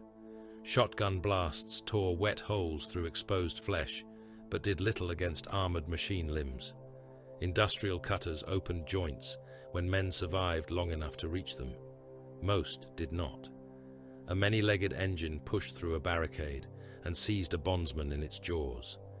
Metal teeth closed around his waist. His torso burst. Intestines spilled across the machine's face, while his lower body remained standing for a moment before collapsing. Demolition teams waited beneath cargo cranes. When the demon engine crossed the marked line, they detonated the supports. Thousands of tons of ammunition containers fell. The creature vanished beneath them. The surviving bondsmen cheered once, then the containers ruptured. The explosion killed attackers and defenders alike. Compartment after compartment was lost. At Cargo Vault Helicon, 6,000 bondsmen remained alive when the demon engines breached the final defense line. Their overseer transmitted a request for withdrawal. The answer came from a Carcharodon tech marine. Denied. The vault doors sealed. Decompression charges opened the outer hull. Atmosphere fled. Men were pulled from firing positions and dragged toward the breach. They clawed at deck grills, at ammunition crates, at one another. Demon engines fought the pull with talons buried in the floor. Combat servitors struck the walls hard enough to break apart. The bondsmen continued firing as air left their lungs. One by one, their bodies froze. The vault emptied into space. The last defender disappeared through the breach, with both hands still locked around an autogun. At the Apothecarian approach, the final bulkhead shook beneath impact. The Red Brethren had been reduced to 5. They locked their armor together before the doors to the surgical vault. Tech Marines worked behind them, welding reinforcement beams across the inner frame. Molten metal ran over their gauntlets. The enemy arrived. 2 Mauler fiends crawled through the smoke, their furnace mouths vomiting sparks. Between them came a hellbrute. It dragged chains through the bodies underfoot. Its sarcophagus had been welded into a mass of armor and exposed muscle. The warrior within screamed through external speakers, a voice broken by centuries of pain. "Give me the pale giant." The Red Brethren raised their weapons. The hellbrute charged. Its power scourge struck the first Terminator across the chest. Ceramite exploded. The warrior was lifted from the ground and torn apart before he struck the ceiling. One arm vanished down the passage. His torso split beneath the ribs. Intestines uncoiled through ruptured armor and hung from overhead cables in glistening ropes. The remaining Red Brethren closed ranks. A Mauler fiend crashed into them. Power fists hammered against its skull. Chain fists cut into its shoulders. Demonic blood sprayed from opened metal, burning holes through the deck. The Hellbrute's laughter filled the corridor. Behind the sealed doors, the Apothecarian remained dark. Emergency lumens cast a dull red glow over the iron bier. Tyberos lay beneath a blood-soaked surgical sheet. His heart did not beat. His lungs did not move. The Medici cogitators showed no neural activity. The final bulkhead shuddered. A cutting beam pierced its center. Metal glowed. Tyberos's right hand lay exposed beside his body. One finger moved, then another. His hand closed around the edge of the operating slab. Iron folded beneath his grip. The Medici instruments continued to declare him dead. There was no throne of gold beyond death. No choir of saints waited beneath the Emperor's light. No winged servants descended through the darkness to bear Tyberos away from the mortal realm. The dead did not kneel. The void did not speak his name. He stood in a black ocean beneath a starless sky. The water reached his knees. It possessed neither warmth nor cold. No wind moved across its surface. No horizon divided sea from heaven. Only an immeasurable darkness in which distance had lost meaning. Tyberos wore no armor. Hunger and slake were absent from his hands. The wounds in his flesh were gone, yet he knew the body beneath the pale skin was not his body. It possessed shape without weight, strength without blood, and senses without organs. The ocean moved around him. Dead warriors rose beneath its surface. They floated face downward at first, thousands upon thousands of armored shapes drifting through the darkness. Some wore the colors of renegade chapters broken during the Badab War. Others bore the heraldry of Xenos dynasties, piratical hosts, traitor warbands, and imperial forces that had stood between the Carcharodons and the fulfillment of the edicts. There were mortals among them, soldiers, priests, void officers, men who had watched Tyberos descend upon them and understood, in the final seconds of their lives, that resistance possessed no meaning. Their bodies carried the wounds he remembered giving them. A secessionist captain drifted past with his breastplate torn open from groin to throat. A chain blade had split the bones of his pelvis, dragged his organs through his ribs, and left his hearts hanging in red ropes beneath his gorget. Another warrior lacked both arms and the lower half of his skull. A third had been crushed until his armor fused around pulverized meat. Tyberos regarded them without sorrow. Regret was a weakness belonging to men who believed the past might be altered through suffering. The dead were not accusations, they were outcomes. He studied their movement. Bodies farther from him drifted against the current. Those closer moved with it. The ocean possessed tides no mortal sea could have concealed, subtle lines of pressure flowing beneath the unmoving surface. Something was drawing the dead toward the depths. Tyberos followed. The first corpse stood before he reached it. Black water poured from the joints of ruined battleplate. The warrior's armor bore the clawed sigil of a long-destroyed secessionist brotherhood. His face had been cut away. Only the lower jaw remained, teeth clenched beneath the broken rim of his helm. "You remember me," the dead Astartes said. Tyberos continued walking. The warrior raised a power sword whose blade had been shattered near the hilt. "I defended my chapter's dominion. You descended upon us without grievance, without hatred. You killed because another hand loosed your leash." Tyberos did not answer. More dead rose around him. A dozen at first, then scores.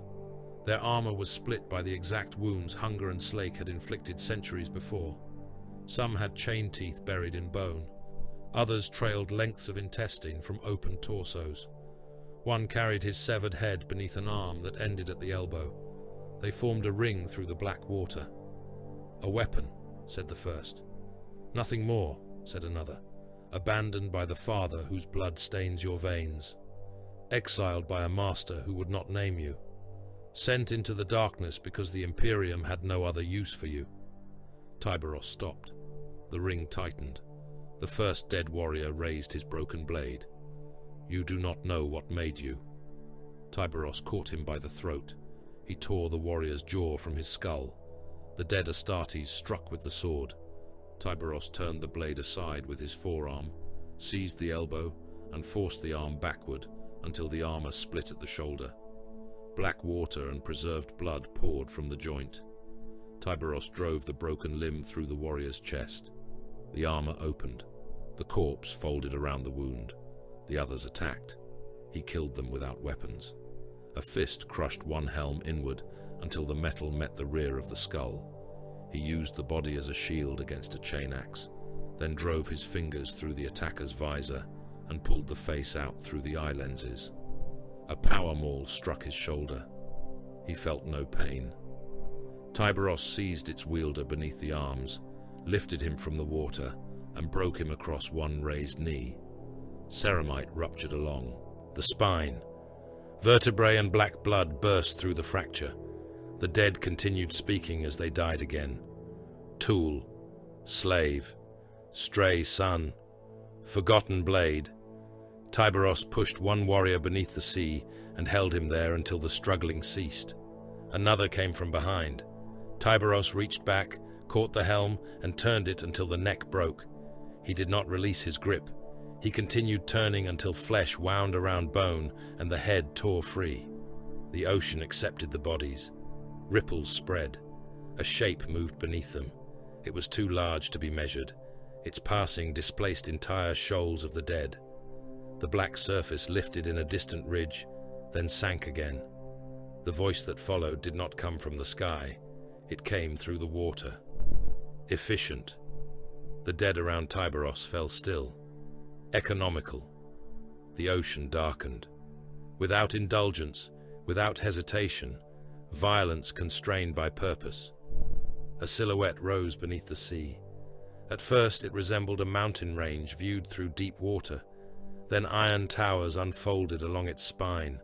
Furnace mouths opened. Chains, pistons, and limbs extended through the darkness until the shape filled the world below. Mordain Kelt did not reveal a human face. He presented himself as machinery. "Your chapter mistakes deprivation for virtue," the heretic said. "It calls exile duty and hunger tradition.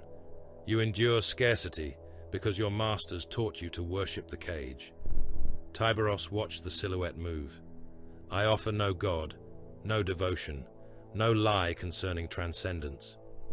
Images formed upon the water. A body stood at the center of an immense foundry. It was shaped like Tyberos, but armor had grown through its bones. Power conduits replaced veins. Furnace cores occupied the chest. Hunger and Slake had become extensions of the arms, their teeth rooted directly into nerve and muscle. Around the figure waited armies without number. Demon engines, Skitarii legions, transhuman constructs with blank faces, and Carcharodon markings burned into their flesh. "No aging," Kelt said. "No degradation. No reliance upon the offerings of a decaying Imperium. Your armor would heal as flesh heals. Your weapons would feed from your blood. Your thought would command fleets before lesser minds perceived the order." The vision expanded. Worlds burned beneath the advance of the machine armies. Cities were flensed into raw material. Populations entered processing cathedrals and emerged as ammunition, labor, and nerve tissue. "You would not kneel to me," Kelt continued. "A weapon does not kneel to the hand that perfects it. It functions." Tyberos looked down at the darkness beneath the water. The current pulled harder. "You have studied command," Kelt said. "You know the weakness of mortal intercession. Every order distorted by fear. Every plan diminished by obedience too slow to match intent. I can remove the distance between will and execution." A new voice entered the dark.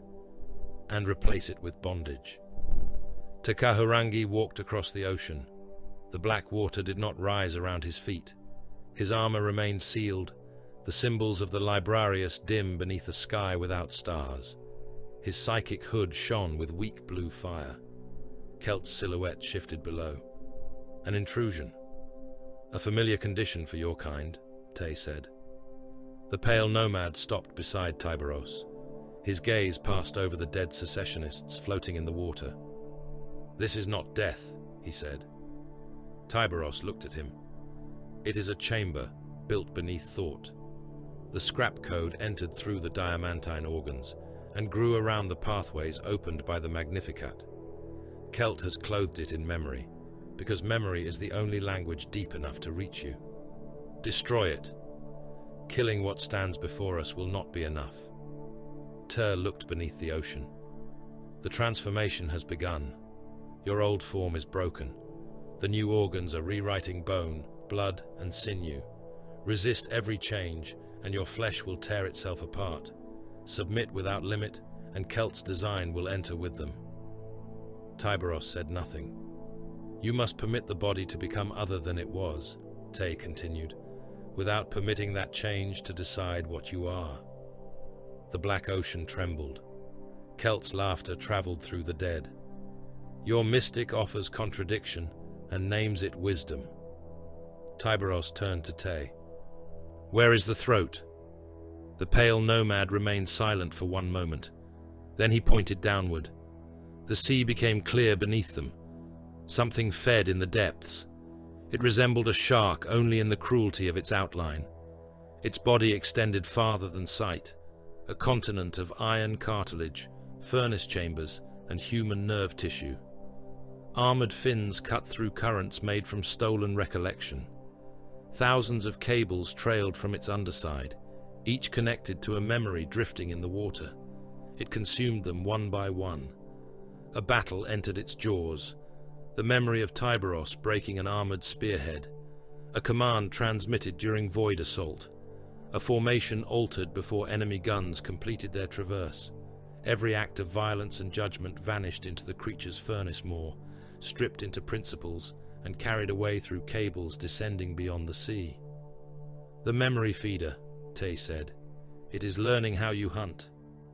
Tyberos stepped forward. The water opened beneath him. In the Apothecarian, the chief apothecary cut the dead tissue from the Magnificat. The organ had blackened around its outer edges. Necrosis spread through the neural interfaces, turning pale flesh into a wet mass that sloughed away beneath the surgical forceps. Tyberos's skull remained open. Sections of bone lay within silver basins. Medici claws held his head immobile, while the Nicor shook beneath the assault beyond the final bulkhead.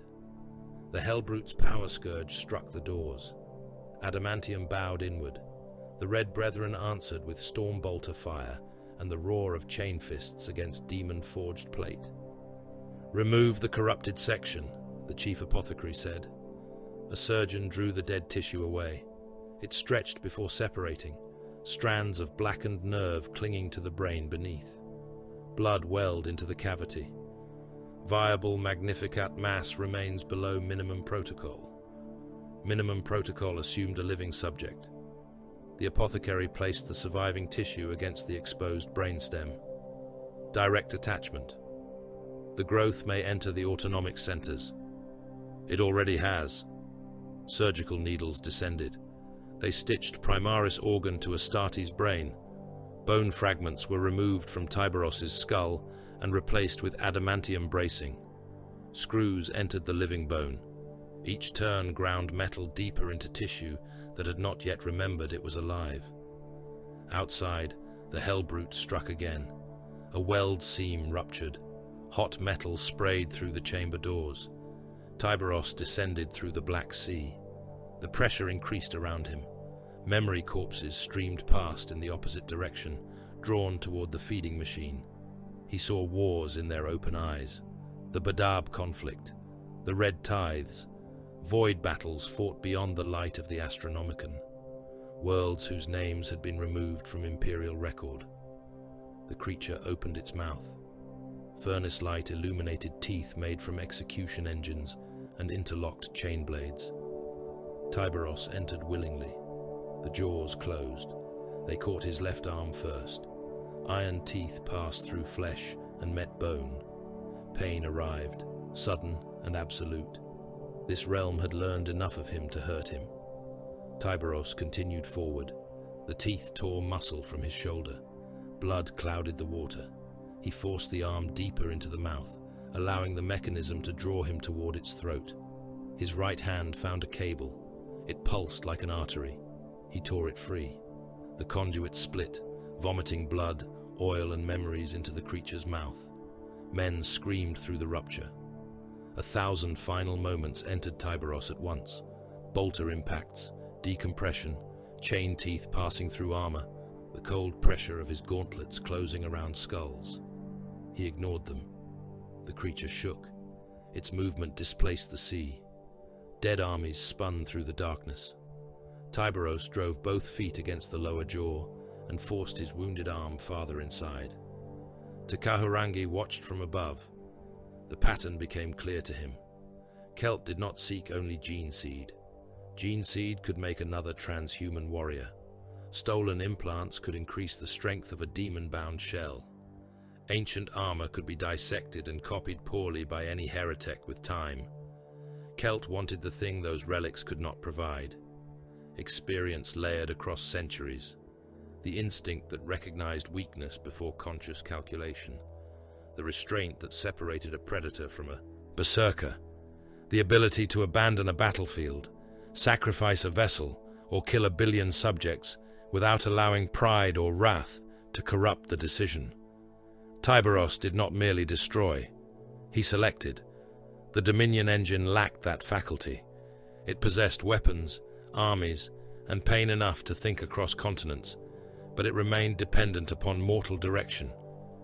Kelt wanted to give it the Shade Lord's judgment, a machine that could choose its own prey, plan its own wars, and alter strategy without priest, princeps, or warpsmith, a weapon requiring no hand, to raise his staff.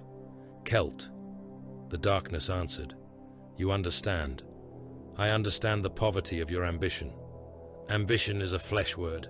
This is correction. No, it is imitation." The machine silhouette beneath the ocean shifted toward him. T saw 1,000,000 apertures open across it. "You have mistaken his silence for emptiness," the pale nomad said. "You found no creed you could exploit, no vanity you could praise, and no faith you could profane. So you assumed there was nothing within him but function." The apertures filled with light. "You are about to learn otherwise." Inside the creature's mouth, Tyberos reached the central spine. It was not bone. It was a column of linked cogitators encased in cartilage, each node beating with stolen thought. Cables entered it from every direction. The jaws closed harder. Tyberos's left arm broke. Bone punched through skin. He seized the spinal column with both hands. The creature accelerated, driving him deeper toward the furnaces in its throat. Heat stripped flesh from his chest. The water around him became steam and blood. He pulled. The first cogitator tore free. The machine convulsed. Tyberos braced one foot against the roof of its mouth and pulled again. Links ruptured in sequence. Each break released another memory. Cities died around him. Warships split. Enemies begged through mouths full of blood. The spinal column came loose. He wrapped both arms around it and twisted. The mechanism broke. The memory feeder's body arched through the sea. Furnaces burst along its flanks. Cables tore from the dead and lashed through the water like severed arteries. The creature tried to close its jaws completely. Tyberos forced them apart. He dragged the central mechanism through its own throat. Cogitators, nerve bundles, and iron vertebrae erupted between the chain-blade teeth. The mouth filled with the machine's internal organs. Vast ropes of pulsing cable and sacks of black Tyberos tore until the head split from within. The ocean turned red, not with one body's blood, with all of them. Every killing the feeder had consumed bled back into the sea. The darkness became a tide of ruptured memory, thick with severed limbs, burst skulls, and the psychic echoes of men who had died beneath hunger and slake. The dead sank. The machine silhouette of Mordain Kelt receded beneath the red water. Tyberos stood inside the ruins of the creature's skull. His broken arm hung at his side. Furnace light burned behind him. He looked into the darkness where the heretic watched. "You are prey." In the apothecarian, Tyberos's secondary heart moved. One pulse travelled through it. The medici cogitators shrieked as function returned. A second pulse followed, weak and irregular. "Cardiac response," an apothecary said. "Secondary organ only." The reconstructed primary heart convulsed inside the open thorax. Its damaged wall split.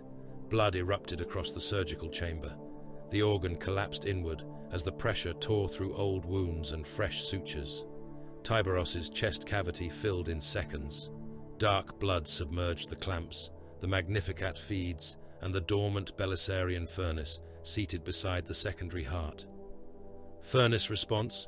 the chief apothecary demanded. "None." "Stimulate." "No ignition." The final bulkhead groaned. Beyond it, the Hellbrute drove its scourge through the widening seam. Metal claws appeared inside the chamber and began pulling the doors apart. The chief apothecary plunged both hands into Tyberos's flooded chest. "The primary heart has ruptured. Cerebral death will become irreversible within minutes." The doors opened another hand's breadth. Demon fire shone through the gap. Diamantus turned beneath the white maw like an iron world upon the spit of some monstrous furnace. The equatorial control nexus rose from the planetary crust in a cluster of black spires, each one bound to the next by bridges broad enough for armored cohorts. Cooling towers pierced the radioactive cloud layer. Data cathedrals clung to their flanks. Beneath them, the machinery controlling half the world's surviving orbital guns pulsed with Mordain Kelt's infected will. The heartbeat transmitted from the Dominion engine continued across every Vox frequency. Slow, metallic, unmistakable. Tyberos's stolen cardiac rhythm sounded through the White Moor's strategium, while corrupted batteries adjusted their aim toward the Nicor. Baal Shah stood before the tactical hololith, with Reaper held across his chest. Remember, don't forget to like, comment, and subscribe. Support helps. The equatorial nexus could not be bombarded. Its void shields were tied into geothermal regulators, buried beneath 3 forge provinces. Any strike powerful enough to break the shields would rupture the crust before the targeting signal could be severed. The nexus had to be entered. "Predation companies report readiness," Shipmaster Rannick said from the command throne. "Drop corridors remain saturated by hostile fire. They will not become clearer. Estimated losses before surface contact exceed acceptable ratios." Shah looked down at the planet. "Accept them." Across the White Moor, assault klaxons sounded. Drop pods entered launch rails. Thunderhawks descended from armor cradles, while bondsmen loaded the last available ammunition into their holds. Carcharodons entered without battle hymns or declarations of glory. Harnesses locked around grey armor. Bolters rested across knees. Chain weapons remained silent. Shah took his place inside the lead drop pod. Cordy stood opposite him. The strike leader's armor bore fresh scoring from the Manufactorum assault.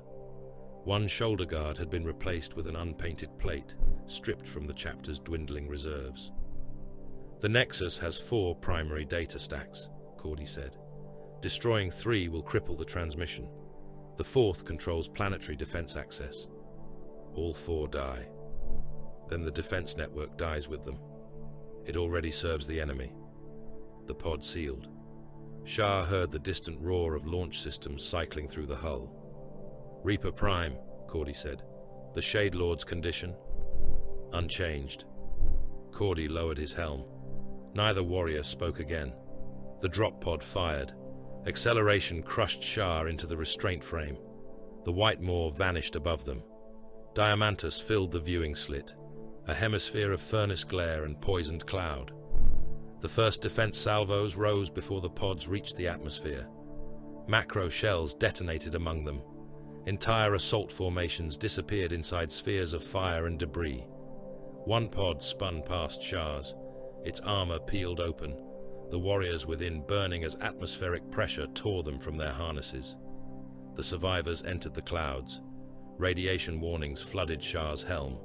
The pod shook as fragments of orbital wreckage struck its plating. Lightning crawled through the interior, illuminating the Carcharodons in violent flashes. Below them, corrupted Skitarii batteries fired upward. Icarus arrays filled the sky with missiles. Neutron beams carved incandescent lines through the descent pattern. Drop pods burst before their retros ignited, shedding armored bodies across the Forge districts. Thunderhawks came behind them. The gunships descended beneath overlapping fire. Lascannons and heavy bolters, cutting trenches through the Skitarii formations surrounding the Forge spires. Thousands died before the first Carcharodon reached the ground. Galvanic rifle lines vanished beneath mass reactive fire. Cataphron servitors erupted when Lascannon beams penetrated their reactor housings. Skitarii vanguard continued advancing, even as radiation-torn bodies burst around them, firing until Thunderhawk assault cannon reduced their ranks to strips of meat and augmetic debris. Shah's pod struck a transit causeway. The impact shattered the roadway and drove the capsule halfway through the iron structure. Restraints released. The hatch blew outward, crushing 3 Skitarii beneath it. Shah emerged into gunfire. Galvanic rounds struck his armor. One punched through the outer plate of his thigh and discharged within the muscle, filling his leg with incandescent pain. Reaper awakened. The chain axe tore the first. Skitarius, apart from shoulder to hip. Moving teeth dragged metal ribs, desiccated organs, and coils of sacred wiring from the opened body. Shah turned the backswing into the next warrior's skull. The brass mask vanished. Bone fragments and oil sprayed across the causeway. Cordy and the surviving Carcharodons spread from the wrecked pod. No command passed between them. Each warrior already knew his path. Thunderhawks crossed overhead and released squads into the upper levels of the central forge spire. Assault ramps opened before the gunships settled. Carcharodons leapt into anti-aircraft fire, landing among tech priests and weapon servitors before the machines could redirect their guns. The defenders died without breaking formation. Corrupted Skitarii continued marching into bolter fire until the causeways became slick with bodies. Their dead formed ramparts. Those behind climbed over them, mechadendrites and metal feet, punching through softened organs. The Carcharodons advanced through the remains. Then the Iron Warriors revealed themselves. Armored shutters opened along the manufactorum bridges. Autocannon nests fired from recessed emplacements. Plasma coils flared behind siege shields. Bronze revenants emerged in ordered files, using the Skitarii dead as cover. The first autocannon burst, struck a Carcharodon across the chest. One shell broke the breastplate. Another detonated inside the ribcage. The warrior's torso opened from within, both hearts and sections of lung expelled through the wound in a cloud of red vapor. The Iron Warriors changed targets before the body fell. Their Vox traffic leaked across the battlefield in bursts of cold analysis. Bridge load tolerance reduced by 14%. Enemy strength concentrated on western approach. Terminate supporting pylons after withdrawal marker. They did not call challenges. They measured. Shah charged them. Plasma fire crossed the bridge. A bolt struck the Carcharodon beside him and burned through the warrior's abdomen. Armor became molten slag. Entrails spilled beneath the lower plate, steaming as they struck the deck. The wounded warrior continued forward until an autocannon round removed his head. Shah reached the first siege shield. Reaper struck its upper rim. The chain teeth screamed against reinforced ceramite, bit through, and caught the Iron Warrior's arm behind it. Shah wrenched the axe downward. Shield, forearm, and gauntlet fell together. The traitor did not cry out. He drove a combat blade into the joint beneath Shah's breastplate. Shah seized his helm and smashed it against the bridge rail until the faceplate collapsed. The Iron Warrior's skull burst inside the ruined metal, spraying thick transhuman blood through the grill. Carcharodons and bronze revenants collided along the narrow span. There was no room for maneuver. Power fists struck with the force of industrial hammers. Chain axes opened armor in showers of sparks and blood. Bolters fired directly into faces and torsos. Bodies accumulated beneath the combatants until warriors fought ankle-deep in shattered ceramite and organs. An iron warrior lost both legs to a chain blade. He caught the Carcharodon responsible around the waist and detonated a crack charge between them. The blast tore both warriors into armor fragments and burning meat. The bridge became a river of blood. Shah entered the enemy line. Reaper severed a weapon arm, continued through a gorget, and buried itself in the warrior behind. Chain teeth churned through two throats at once. Blood flooded over the axe head, hot and rich with the chemical stink of transhuman physiology. The scent entered Shah's helm. The battlefield changed. For 9 seconds, nothing possessed a name. There were no Carcharodons, no iron warriors, no mission, no distinction between corrupted flesh and loyal blood. There was only prey. Shah tore Reaper free. The first victim was an iron warrior attempting to raise a plasma pistol. The axe entered his abdomen and climbed through his chest, shredding both hearts. The next 3 wore the torn robes of corrupted Skitarii. Their weapons lay upon the deck. They had fallen to their knees, Nuspheric commands severed by damage to the local transmitter. Shah killed them anyway. One lost his head. The second was opened through the spine. The third tried to crawl. Reaper caught him between the shoulders and dragged his lungs through the wound. A servitor approached carrying an ammunition crate marked with loyal forge sigils. It spoke through a damaged Vox grill. Resupply allocation for Adeptus Astartes assets. Shah split it from skull to pelvis.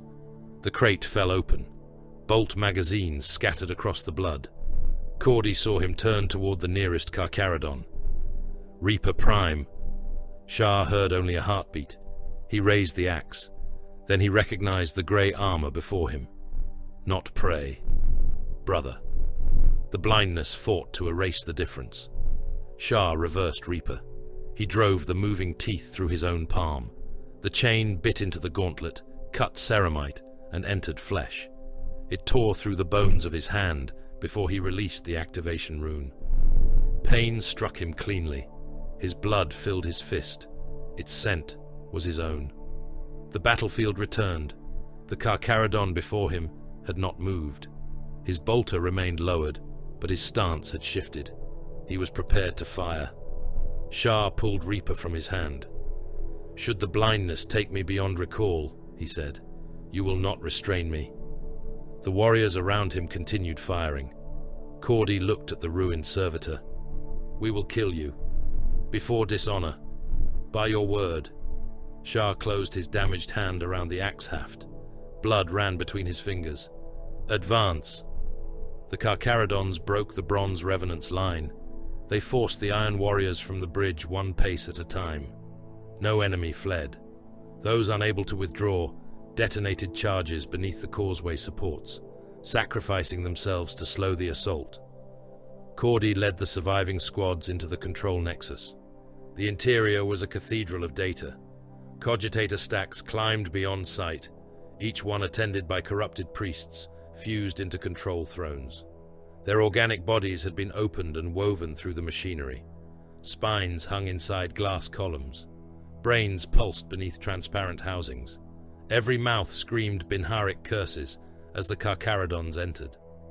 Cordy pointed toward the support pylons. Melter charges. 4 clusters. The Carcharodons separated. Corrupted tech priests detached from their stations, dragging cables and opened organs behind them. One swung a power axe on a mechadendrite. Cordy shot the limb apart, seized the priest by the cranial housing, and tore him from the data stack. The body came free in pieces. Entrails, wires, and lengths of spinal tissue remained connected to the machinery. The priest continued screaming through speakers across the chamber until Cordy crushed the skull beneath his boot. Charges were fixed to the stacks. Enemy forces entered the lower galleries before the final squad reached its withdrawal route. Iron warriors fired upward through the data vaults. Plasma bolts struck cogitator columns and released storms of burning code parchment. Cordy looked at the detonation rune. 2 Carcharodon squads remained inside the blast radius. He activated it. The control nexus died. Melter charges turned the lower stacks into white fire. Structural columns vanished. Data cathedrals collapsed through one another. Corrupted priests burned inside their thrones, their voices breaking into static as organs and machinery became vapor. The Carcharodons nearest the charges disappeared. Those farther away were hurled through walls or buried beneath collapsing metal. The targeting signal ceased. For one breath, silence filled every infected Vox channel on Diamantus. Then the ground opened. Vault doors, kilometers wide, parted beneath the Equatorial District. What waited below was not machinery. It was an army. Millions of vat-grown combat thralls climbed toward the surface. Their bodies had been accelerated into maturity inside nutrient tanks. Muscle hung in thick, unfinished cords across pale skeletons. Many lacked skin. Others had metal plates riveted directly to wet tissue. A fragment of Celt scrap code lived inside every skull. They carried autoguns, cutting tools, and mining explosives. None possessed fear. None possessed enough individuality to retreat. They entered the streets in numbers that concealed the iron beneath their feet. Carcharodon bolters fired until barrels glowed. Mass reactive rounds burst within the advancing bodies, opening lanes through flesh that closed moments later. Thralls climbed over their own dead. They filled manufactorum avenues, coolant channels, and broken transit lines. A warrior. Beside Cordy exhausted his final magazine. He drew a combat blade. Dry. The word passed through the remaining squads. Bolter fire diminished. The thralls continued. Beyond them lay the planetary defense lasers. If Celt's reserve army reached those weapons, the targeting signal could be restored and the Nicor destroyed. Shah studied the geothermal controls recovered from the dead Nexus. 3 Forge provinces occupied the path between the reserve vaults and the defense batteries. Loyal Skitarii formations still fought within them. Hundreds of millions of workers remained trapped inside sealed manufactoria. Cordy looked at the projected mantle gates. Opening them will consume the provinces. Yes. Estimated population loss approaches 1 billion. Shah entered the command. Deep beneath Diamantus, ancient geothermal gates opened. Magma entered the lower manufactoria. The first province vanished beneath the crust. Factory towers tilted and sank into the rising fire. Combat thralls, loyal Skitarii, and workers died together as rivers of molten stone filled the streets. The second province ruptured along its central transit spine. Millions were crushed when the ground folded. Survivors climbed onto rooftops until heat ignited their clothing and boiled the moisture from their eyes. In the third, the magma rose slowly enough for the population to understand. Vox channels filled with prayer and accusation. Shah closed them. The reserve army burned. The defense lasers remained beyond Celt's reach. A signal entered Shah's helm from Mount Antikythera. The message contained no voice, only an image. The Primaris gene vault stood open. Its storage caskets were gone. Kari's psychic imprint followed the transmission, cold and urgent. Celt had used the equatorial assault as a diversion. While the Carcharodons destroyed the Nexus, infiltrators had entered the mountain and taken the surviving Magnificat cultures, sinew coil matrices, and Belisarian furnace implants. The heretic possessed Tiberos's stolen combat memories. Now he had the organs required to shape flesh around them. An army of unstable transhuman hosts could be bred inside the Dominion engine, each one bound to demon and scrap code. Shah opened a channel to the Nicor. "The prey has taken blood from the shoal," he said. "I will return it in pieces." His voice remained level. Takaharangi heard what moved beneath it. The blindness had not receded. It had learned patience. "All surviving forces," Shah ordered, "converge upon the eastern launch corridor. Destroy every enemy asset not bearing the gene vault. The stolen caskets were already leaving the planet. A Mechanicus mass conveyor rose from Diamantus on pillars of atomic fire.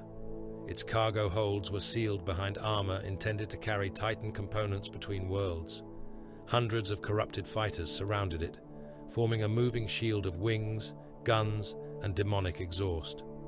The Dominion engine waited above. The Carcharodons could have destroyed the conveyor. One lance strike would have turned the vessel and its cargo into ash. Tyberos required those cultures to stabilize the transformation. Shah boarded the nearest Stormraven. Cordy followed with the surviving warriors of the Nexus assault. Blood covered their armor. Several carried empty bolters and weapons taken from the Iron Warriors dead. The gunship lifted as enemy fighters descended toward them. "Pursuit course," Shah said. The Stormraven's engines roared. High above, inside the wounded Nikor, the final doors of the surgical vault began to tear open. The Hellbrute tore the doors from their housing. Adamantium hinges burst from the walls. The inner slabs collapsed across the Apothecarion in a storm of sparks, fragments, and pulverized stone. One struck a surgical gantry and folded it to the floor.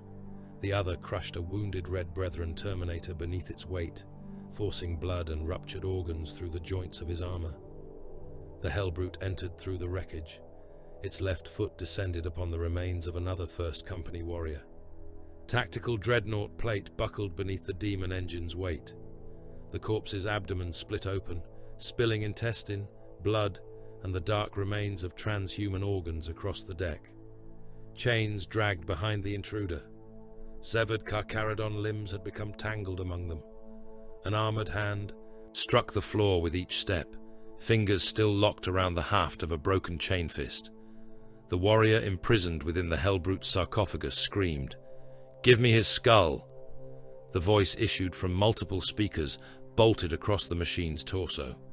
One carried the original pilot's roar.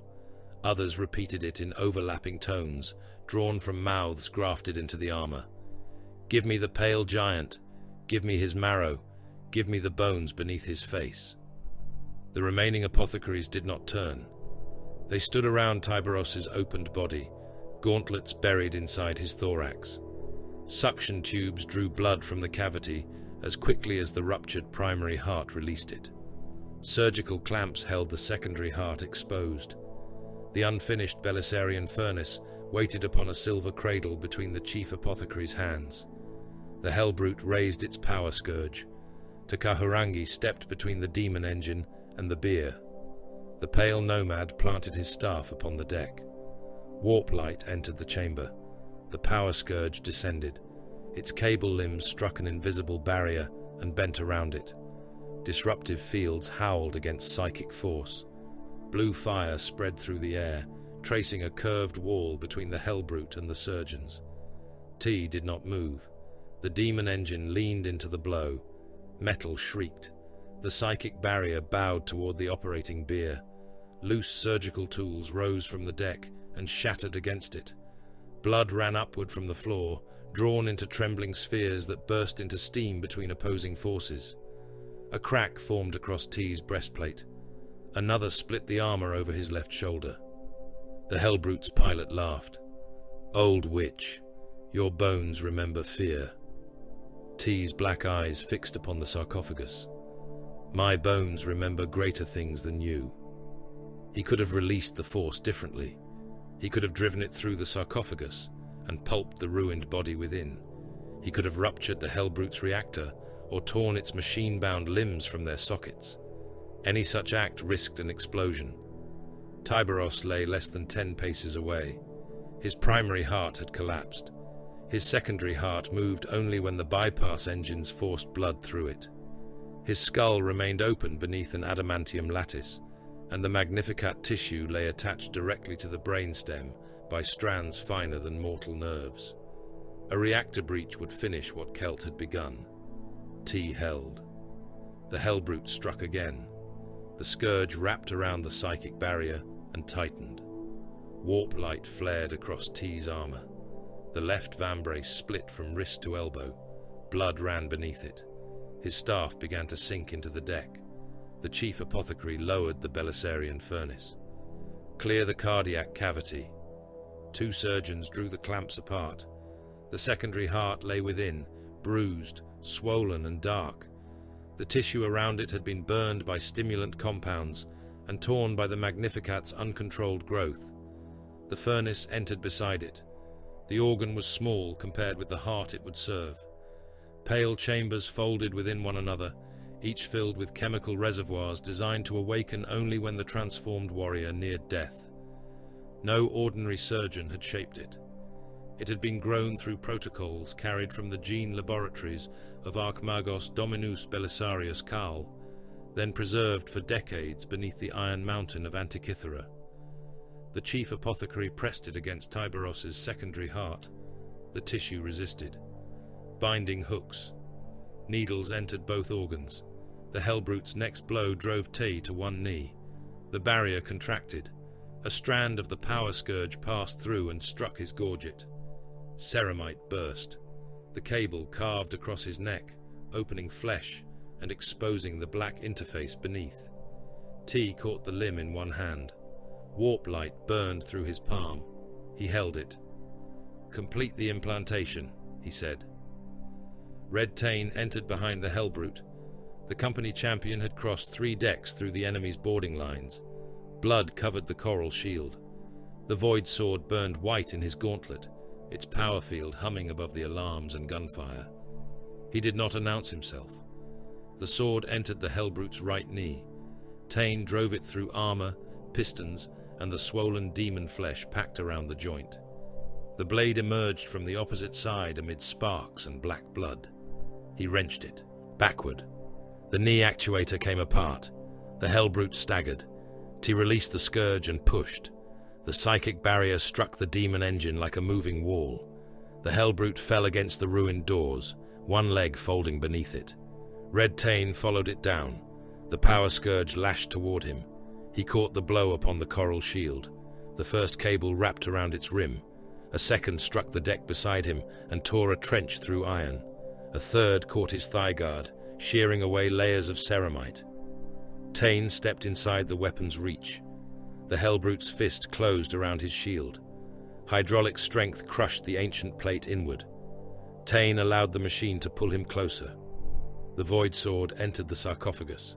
Its point pierced the outer casing, the pilot's rib cage, and the armored cradle behind him.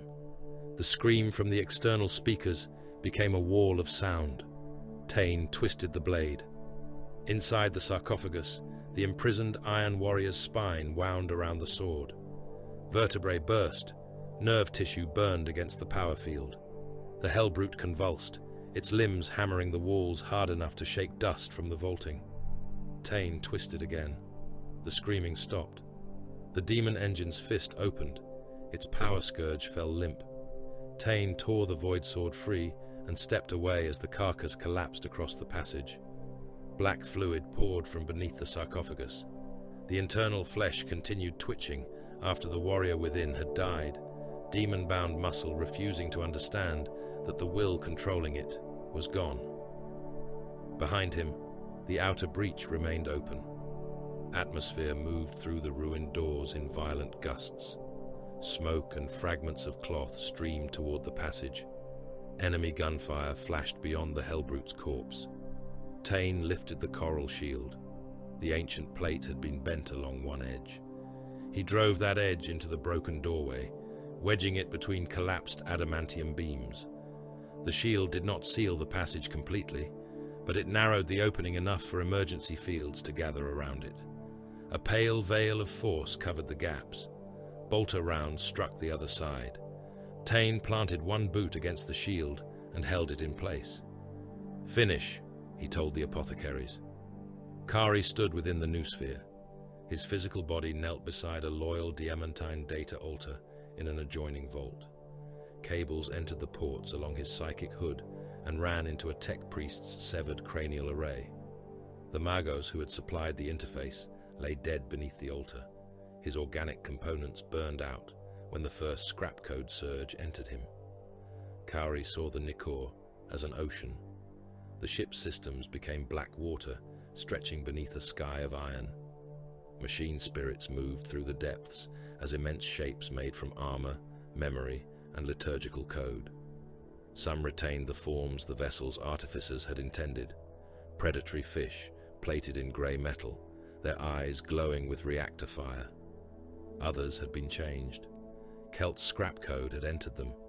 Mechanical predators swam with human faces stretched across their jaws. Kari entered the water. It closed above him without sound. A corrupted shape came from the darkness. Its mouth opened along the length of its body. Inside were the faces of forge workers, wired into processing thrones. Every mouth spoke the same Binharic command: receive, obey, transmit. Kari seized the creature's jaw. Psychic force entered the code. The shape broke apart. Human memories burst from it. A man standing at a furnace control station while alarms sounded. A worker watching Skitarii drive his sons toward a processing hall. A servitor retaining enough mind to understand that its skull was being opened. The memories passed through Kari in a flood of terror, heat, and surgical agony. They were not ghosts.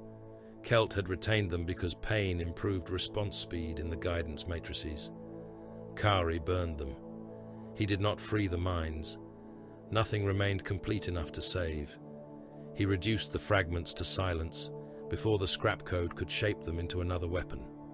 The black ocean filled with metallic predators. Kari moved among them.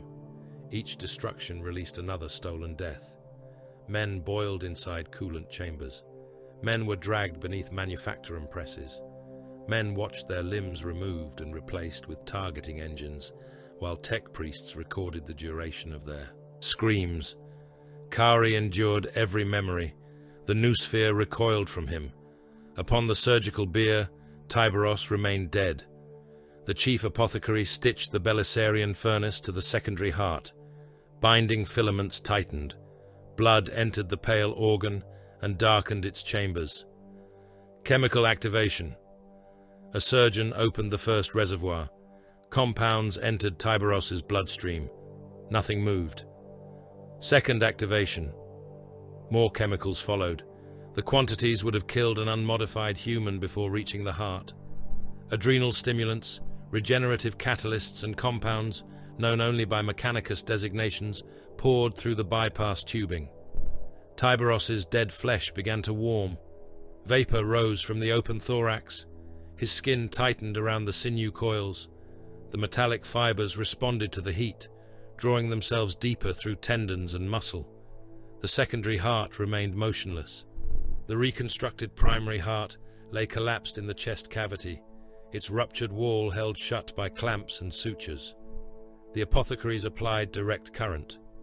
Tyberos's body jerked. No pulse followed. They shocked him again. The broken restraint frame rattled beneath the force of the discharge. No pulse. Begin manual compression, the chief apothecary ordered. An armored piston descended against the secondary heart. It compressed the organ, released it, compressed again. The Belisarian furnace remained dormant. Neural response? None. Magnificat activity? Minimal. The chief apothecary looked at the Medici runes. Every measure had passed beyond the thresholds defined by the recovered protocols. One of the surgeons reached toward Tyberos's neck. His gauntlet carried the reductor used to extract gene seed from the dead. Commence the final litany. No. Takahurangi stood beside the bier. Blood flowed from the crack in his gorget. One arm hung low after holding the Hellbrute's scourge. His breathing came through damaged armor in slow metallic rasps. The surgeon looked toward him. Cerebral death has exceeded viable duration. Wait. Delay risks degradation of the progenoids. Wait. The chief apothecary studied T's face. What do you perceive? The pale nomad looked beyond the chamber, beyond the wounded battle barge, beyond even the veil of the material realm. The warp pressed against him as a sea of rage, hunger, and impossible color. Demonic presences circled the violence around Diamantus. They fed upon terror released by billions, upon the hatred of the Iron Warriors, upon the pain bound into the Dominion engine. Something else moved through them. Not a soul seeking its body, not a spirit called by prayer. It came without radiance. Warp-born predators recoiled from its path. The thing moved through the immaterium as an abyssal hunter moved beneath dark water, guided by a scent no demon could perceive, its own blood. Tefelt Tyberos following the trail back. "Clear the beer," he said. The Medici piston compressed the secondary heart again. The Belisarian furnace opened. Stored chemicals discharged into Tyberos's blood in a single violent flood. His secondary heart convulsed. Sutures tore. Blood struck the apothecaries across their helms.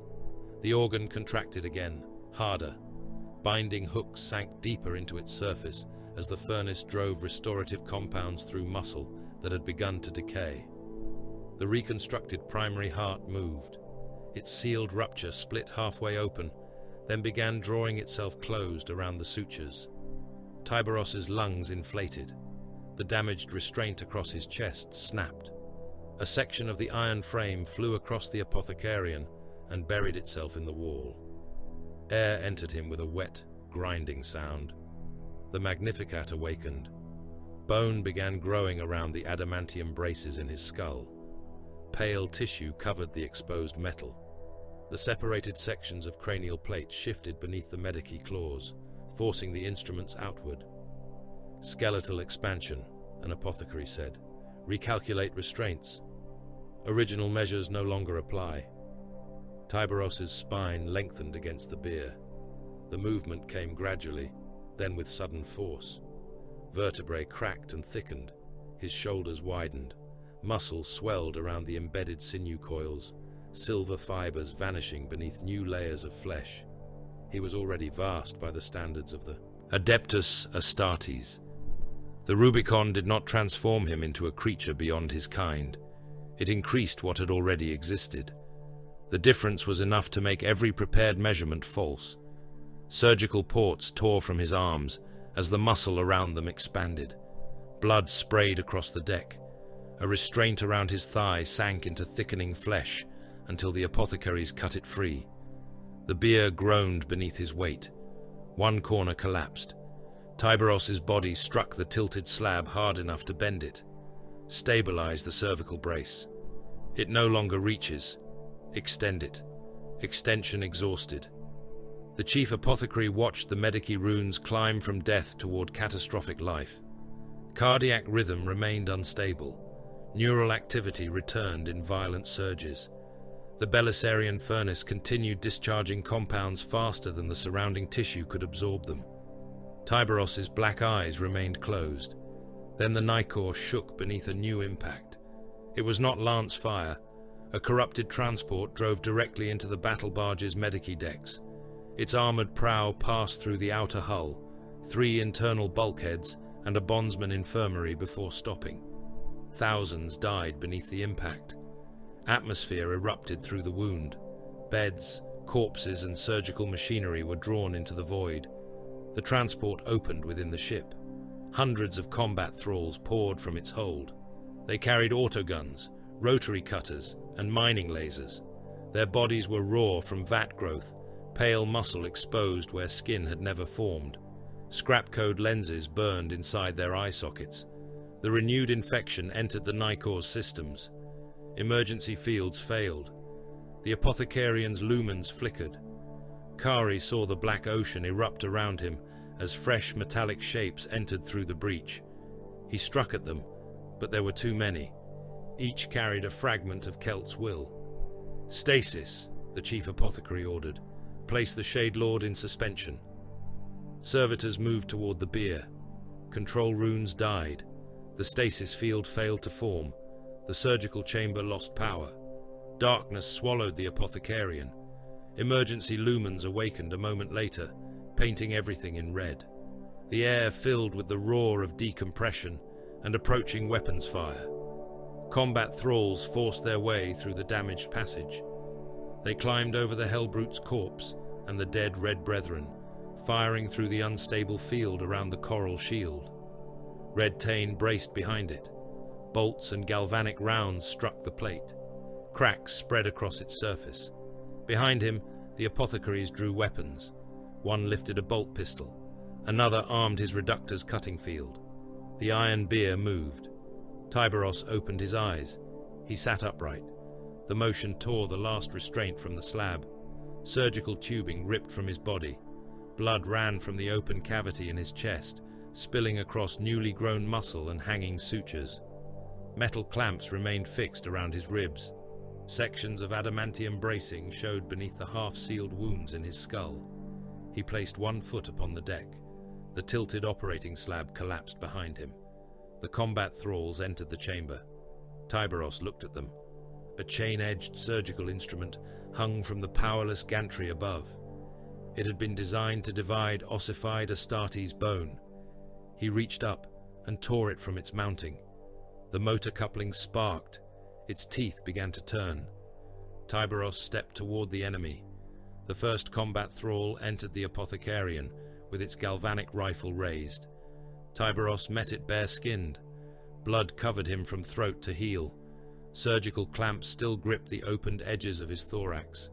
Torn sutures hung from his chest in black threads, rising and falling as his lungs dragged air through punctured tissue. Portions of the adamantium lattice beneath his scalp remained visible where the Magnificat had not yet drawn new bone across the fractures. The thrall fired. Tyberos moved before the galvanic flare fully formed. His altered body carried him farther than expected. One stride became a lunge. His balance shifted beneath him, newly lengthened bones and reinforced tendons answering with unfamiliar force. He struck the wall with one shoulder, cracked the stone facing, and corrected without pause. The surgical chain blade rose. Its teeth entered the thrall through the open mouth. The lower jaw disappeared. The blade climbed through tongue, palate, and cranial cavity before emerging between the iron plates riveted across the skull. Brain tissue and splintered bone sprayed over Tyberos's forearm. He left the blade inside the corpse. Galvanic fire came from the passage beyond. Tyberos turned the dead thrall toward it. Rounds struck flesh, boiled blood, and burst from the body in steaming flashes. One discharge tore the corpse's arm away. Another punched through the abdomen and expelled rope-like organs across Tyberos's legs. He advanced behind the ruined body until he reached the next attacker. Then he threw the shield aside. The corpse struck a combat servitor and entangled its weapon limbs. Tyberos seized the surgical chain blade with both hands and dragged it free through the first thrall's skull, splitting the head into two wet halves. 3 more machines entered. He killed the nearest by taking its knee. The chain blade passed through the joint. Metal, bone, and synthetic ligaments came apart beneath the rotating teeth. The thrall collapsed. Tyberos stamped upon its neck, breaking the spine before its autogun could turn. The second machine swung an industrial cutter at his abdomen. Tyberos stepped inside the arc and caught the weapon arm at the elbow. His fingers closed around unarmored flesh and crushed until bone came through the skin. He bent the arm backward, drove the cutter into the thrall's own face, and held it there while the spinning disc divided mask, skull, and brain. The third fired at his chest. A round entered beneath the hanging surgical clamps. It detonated inside healing muscle. Tyberos staggered. The Belisarian furnace awakened. Heat spread from the secondary heart. Restorative compounds entered his blood in a surge so violent that his vision whitened. The torn muscle contracted around the wound. His pulse accelerated beyond ordinary Astartes tolerances, each beat driving fire through his limbs. The pain changed nothing. Tyberos shifted 1 foot backward. His new stance lowered his center of mass and compensated for the unfamiliar length of his legs. The next step was precise. He crossed the space between them and opened the thrall from collarbone to pelvis. The blade caught upon the riveted sternum. Tyberos increased pressure until the teeth broke through and dragged lungs, augmetic tubing, and a length of intestine from the descending wound. His bones ground within him. The Magnificat's work was unfinished. Newly joined sections of rib scraped around the adamantium braces when he turned.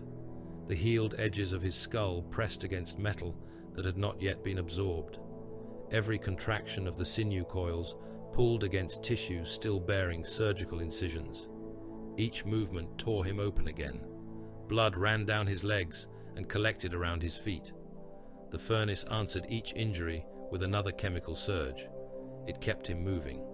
It did not lessen what moving cost. Combat thralls filled the outer passage. They came from the wrecked transport in ranks, forcing themselves through the dead around the coral shield. Raw muscle showed beneath strips of unfinished skin. Scrap code lenses burned within their eye sockets. Some carried galvanic weapons taken from corrupted Skitarii. Others bore rotary cutters, arc mauls, and mining lasers. Red Tain remained braced against the failing shield. A blast struck the coral shield hard enough to drive the company champion's boot through the deck plating. Cracks covered the relic's surface. Tyberos reached past him. His hand closed around the shield's inner rim. Tain looked toward the Shade Lord. No word passed between them. Tyberos pulled the coral shield aside. The emergency field collapsed. Atmosphere screamed toward the outer breach. Combat thralls were lifted from their feet and dragged through the passage. Those nearest the wound vanished into the void. Others struck walls and ceiling supports, limbs breaking beneath them as they fought the decompression. Tyberos moved into the wind. The surgical chain blade tore into the nearest machine's throat. He cut halfway through the neck and used the embedded weapon to drag the thrall into the path of a mining laser. The beam entered through its back and burned out through its chest. Tyberos released the body and caught the laser assembly before the second discharge. He twisted. The weapon mount ripped from the operator's shoulder, drawing cables, muscle, and a section of rib cage with it. The thrall stared at the missing side of its body.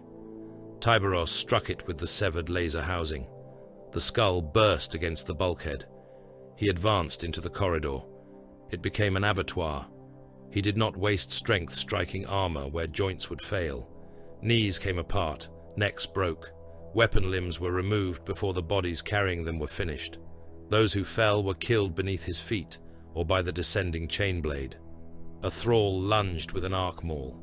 Tyberos turned his chest away from the blow, allowed the weapon to strike his upper arm, and caught the attacker while the electrical discharge burned across his skin. He drove his forehead into the machine's face. Brass plating crumpled inward. The thrall's eyes burst from their sockets. Another climbed across the bodies and thrust a rotary cutter toward his spine. Tyberos caught the blade housing beneath one arm. The teeth carved through the flesh along his ribs before jamming against the exposed surgical clamps. He tore the cutter free. The machine attached to it came with the weapon. Tyberos swung the servitor bodily into the wall. The spine snapped, but the upper torso continued firing a built-in autogun until he drove the chain blade through its chest. The weapon began to labor. Human hair, tendon, and strips of robe had wound around the drive shaft. Its teeth slowed as it chewed through a thrall's pelvis. Tyberos released it. The instrument remained embedded in the twitching body. A heavy combat servitor stepped over the dead. A rotary cannon occupied the entire length of its right arm. Ammunition feeds entered a hopper built into its spine. Its left hand had been replaced by a crushing claw, broad enough to close around an Astartes torso. The cannon fired. Tyberos crossed his arms over his face. The burst struck his shoulder and chest. Flesh vanished beneath the impacts. His left shoulder opened to the bone. One round tore across his cheek and removed skin from jaw to ear. He moved diagonally into the weapon's traverse. The cannon followed, chewing a burning line through the wall behind him. Tyberos reached the servitor. He seized the rotary assembly with both hands and forced it downward. The barrels continued firing, drilling through the machine's own thigh and shredding the deck beneath it. The crushing claw closed around his ribs. Recently joined bone bent. The clamps in his open thorax tore loose. Tyberos pulled harder. The rotary cannon broke from the shoulder mount. Its ammunition feed snapped. Loose shells spilled across the passage. The servitor tried to tighten its grip. Tyberos reversed the weapon arm and drove its exposed axle through the center of the machine's chest. The shaft entered through armor, pierced the organic core and burst out between the rear cooling veins. Thick blood poured along the metal. The servitor's claw opened. Tyberos pushed until the axle pinned the machine to the wall. He left it there, legs kicking in the heap of dead. The passage shook. Something larger moved inside the wrecked transport. It came through the breach on 6 armored limbs, scraping sparks from both walls. Its head resembled the forward hull of a siege drill, plated and blunt. Beneath it opened a jaw filled with rotating blades. Cables of glistening red flesh joined the metal sections of its body, pulsing around a warp reactor sunk into its abdomen. It saw Tyberos. Its furnace throat roared. The demon engine charged. Tyberos waited. The machine lowered its armored head, intending to crush him against the passage wall. He stepped aside at the final moment. His altered speed almost betrayed him again. He moved too far. His foot struck a corpse and slid through the opened abdomen. He caught the wall with one hand as the demon engine passed close enough for its armor to tear skin from his forearm. It struck the heavy servitor pinned ahead. The impact folded both machine and bulkhead together. Tyberos turned. The demon engine reversed with insectile speed. Its jaw opened. Warp light burned between the rotating teeth. He did not attack the head. He seized a coolant line running along the ceiling and pulled. Pipework tore from its supports. Scalding fluid erupted across the passage, filling the air with steam. Tyberos wrapped the ruptured conduit around one arm and waited for the engine to lunge again. It came through the vapor. Tyberos stepped beneath its jaws and climbed against its front armor. Claws struck the walls around him. The demon engine reared, trying to dislodge him. He found the vents behind its armored skull.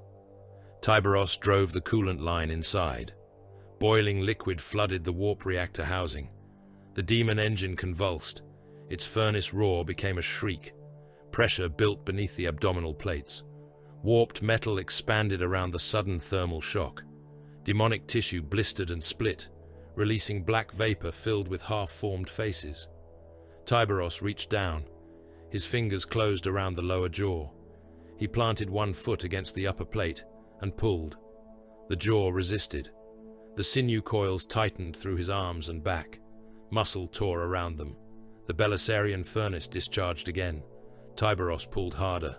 The jaw came away. Metal hinges, cable bundles, and demon flesh stretched, then ruptured.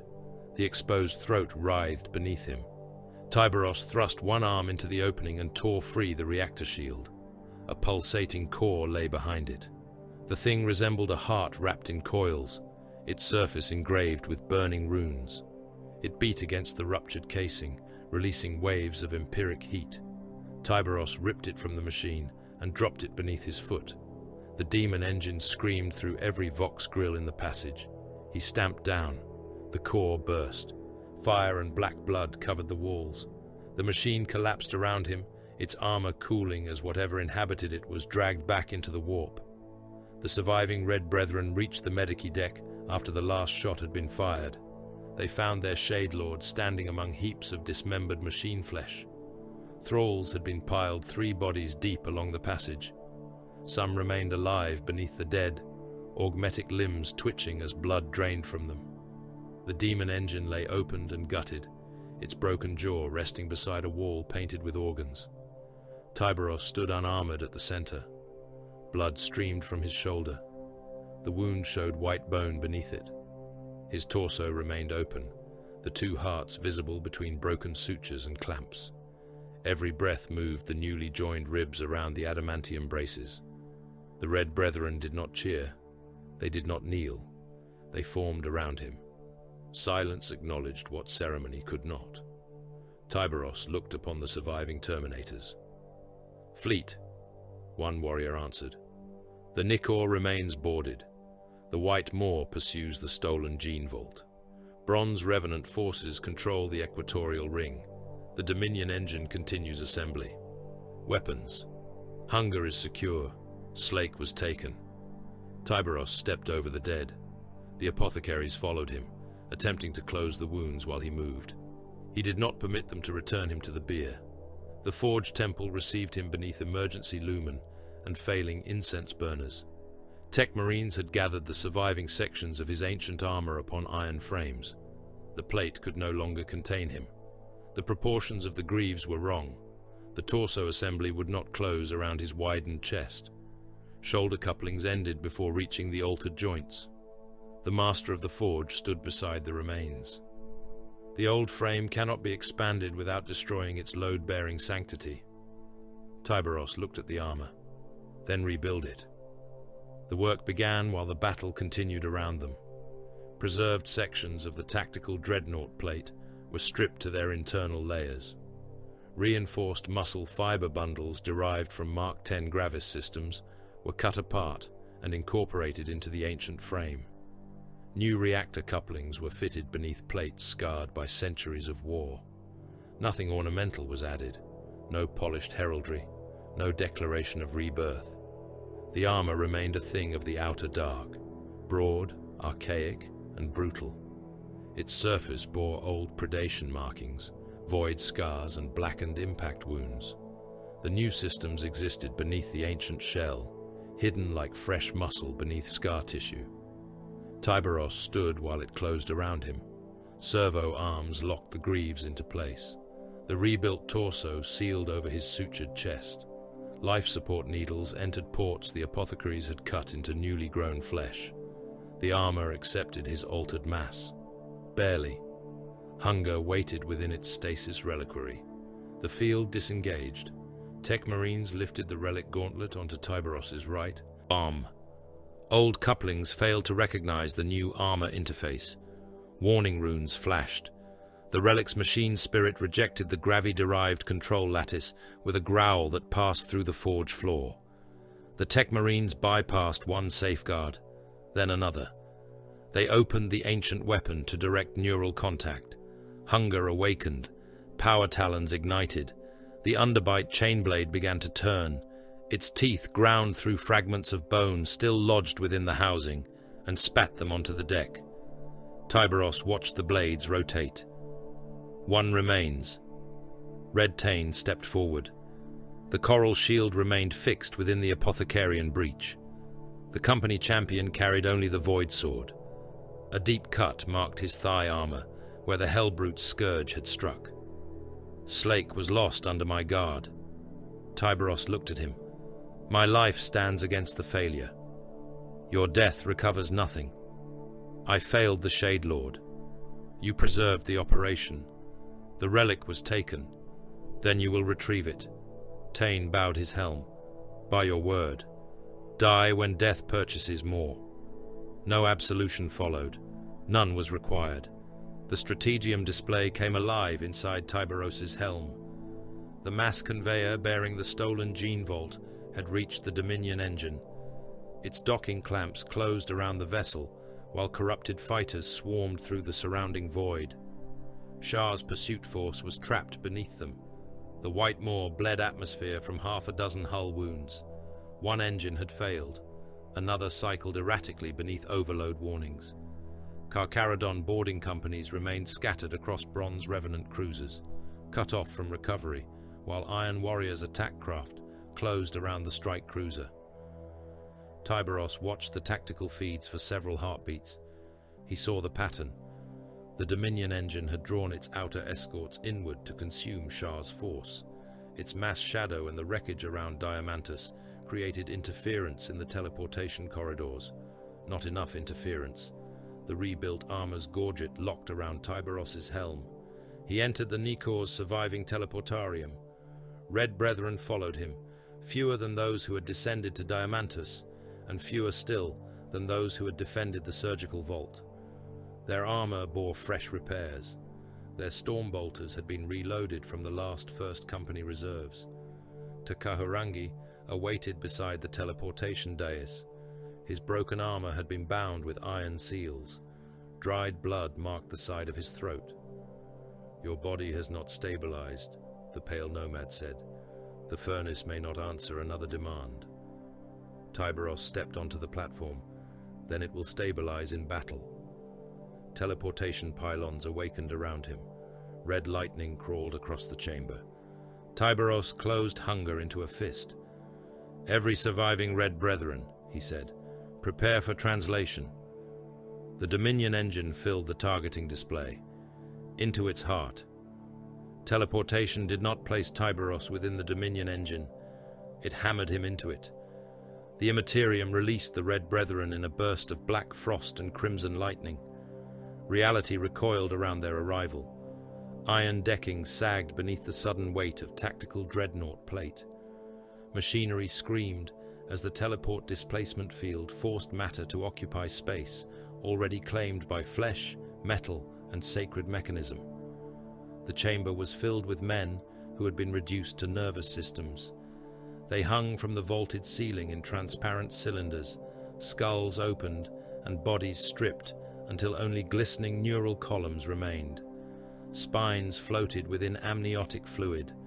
Brains pulsed beneath lattices of brass needles. Cables entered every exposed nerve, carrying sensation and command into the surrounding machinery. Several captives materialized inside the Red Brethren. One nervous system became fused across a Terminator's breastplate. A half-skinned face emerged from ceramite, mouth opening and closing as lungs that no longer existed tried to scream. Another captive appeared halfway through a wall. His spine and pelvis had become part of the bulkhead, and his arms beat uselessly against iron, while blood sprayed from the places where flesh met metal. Tyberos arrived upon an operating platform occupied by 3 dark Mechanicum adepts. His left foot replaced most of the first adept's torso. Bone, augmetics, and fluid-filled organs burst across the dais. The second became trapped beneath his right greave. Tyberos shifted his weight and crushed the priest's cranial housing until machine oil and brain matter spread through the joints of his boot. The third reached for an alarm stud. Hunger opened. The power talons entered through the adept's back and emerged from his chest, carrying sections of artificial lung and a still-beating organic heart between their blades. Tyberos lifted the priest from the floor and threw him into the nearest control station. The Red Brethren opened fire. Storm bolter detonations filled the chamber. Dark Mechanicum adepts died at their consoles before defensive rites could be completed.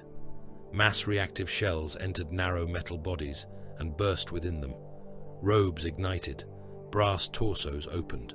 Human remnants were sprayed across banks of cogitators in strips of meat and wire. One priest attempted to disconnect from his command throne. A bolt struck his head. The skull exploded around the cranial plugs, leaving the lower jaw and tongue hanging from a nest of cables. Tyberos advanced before the alarm spread beyond the chamber. His reconstructed armor moved differently around him. The ancient exterior remained familiar. Every scar, impact crater and predation marking possessed its remembered place. Beneath it, the Gravi-derived fiber bundles and altered internal frame answered with greater speed than the old mechanisms. He took one step. The armor carried him almost 2. Tyberos corrected before momentum could become error. He shortened his stride. He restrained the new strength rather than surrendering to it. The Rubicon had not changed the purpose of his movements. It had increased the punishment delivered by each one. A Skitarii Guardian emerged from behind a surgical pillar, arc rifle rising toward Tyberos's chest. Hunger crossed the distance before the weapon reached alignment. The outer talons severed both arms. The underbite chain blade entered beneath the warrior's brass mask and removed the lower half of the head. Tyberos did not pause to observe the result. The remains were already behind him. Translation breach identified, an Iron Warrior's voice declared through the chamber vox. Terminator strength confirmed. Shadelord present. A second voice answered.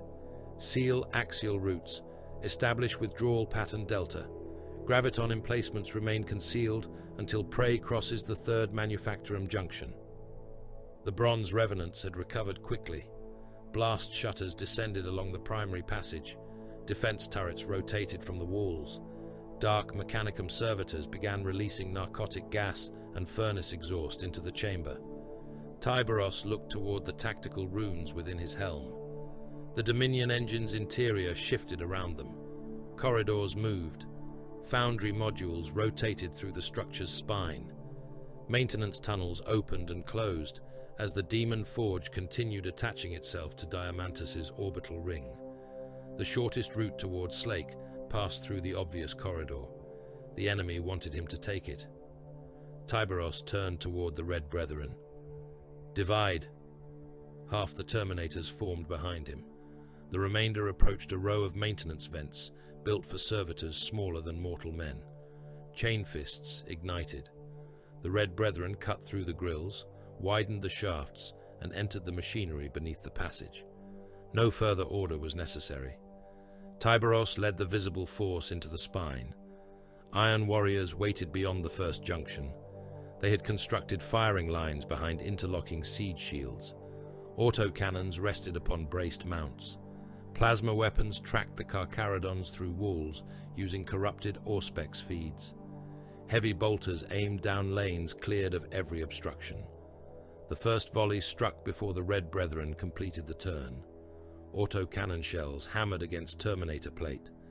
One warrior lost the upper half of his helm. Bone and brain matter erupted backward, yet the body remained standing until a plasma bolt entered the opened skull and removed everything above the breastplate. The Red Brethren returned fire. Storm bolter shells broke against siege shields, carving craters through layered ceramite. One passed through a firing aperture and detonated inside an Iron warrior's face. The rear of his helm burst outward, throwing teeth, bone fragments, and black blood across the warrior behind him. The Bronze Revenants withdrew in perfect order. The front rank fired. The second stepped backward. Then the pattern reversed. Every retreating pace drew the Carcharodons toward the third junction. Graviton signatures beneath the deck, one Red Brethren warrior transmitted. Tyberos had already seen them. Their concealment was efficient, but not flawless. The Iron warriors had reinforced the deck around each emitter. The additional support formed a geometric pattern beneath the manufacturing plating. Tyberos stopped before the trap. The Bronze Revenants stopped as well. Their commander's voice entered the Vox. "You perceive the design." Tyberos remained silent. "Advance is required to reach your relic. Withdrawal concedes it. Delay permits the Dominion engine to complete its union with the planet." No answer. The Iron warriors began firing again. Tyberos raised hunger and crossed the junction. The graviton emitters activated. Weight multiplied. The deck collapsed beneath the Carcharodons. Tyberos fell through layers of machinery as gravity dragged his armor downward with impossible force. Beams struck his shoulders and shattered. Pipes burst against his back. He passed through a coolant conduit and entered the compartment below amid an explosion of steam and iron fragments. The Red Brethren fell with him. One Terminator landed head-first upon a support column. His own increased mass drove the spine down through the pelvis. Armor folded around the crushed body. Tyberos struck the deck upon one knee. The gravitic pressure tried to hold him there. His newly reinforced frame answered. Sinew coils tightened through his limbs. The reconstructed armor's fiber bundles strained against the field. Tyberos rose slowly, each movement making the deck groan beneath his feet. Iron warriors entered from both sides. The trap had not been intended only to immobilize.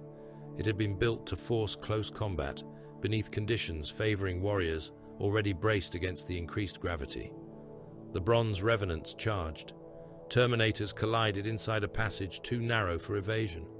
A power fist struck a Red Brethren warrior's helm and drove it down into the torso. The head vanished between the shoulder guards. The chest plate split as the fist continued, crushing skull, lungs, and both hearts into a single pulped mass. The Carcharodon's chain fist remained active as he fell. Its teeth entered the Iron warrior's thigh and cut upward through the pelvis. Black carapace, armor seals, and transhuman organs were dragged from the wound in wet coils. Tyberos met the first Bronze Revenant with hunger. The Iron warrior carried a thunder hammer in both hands. He swung toward Tyberos's chest. using the gravitic field to increase the descending force. Tyberos stepped inside the blow. Hunger's outer talons closed around the traitor's wrists. Both gauntlets came away. The severed hands remained locked around the hammer as it struck the deck.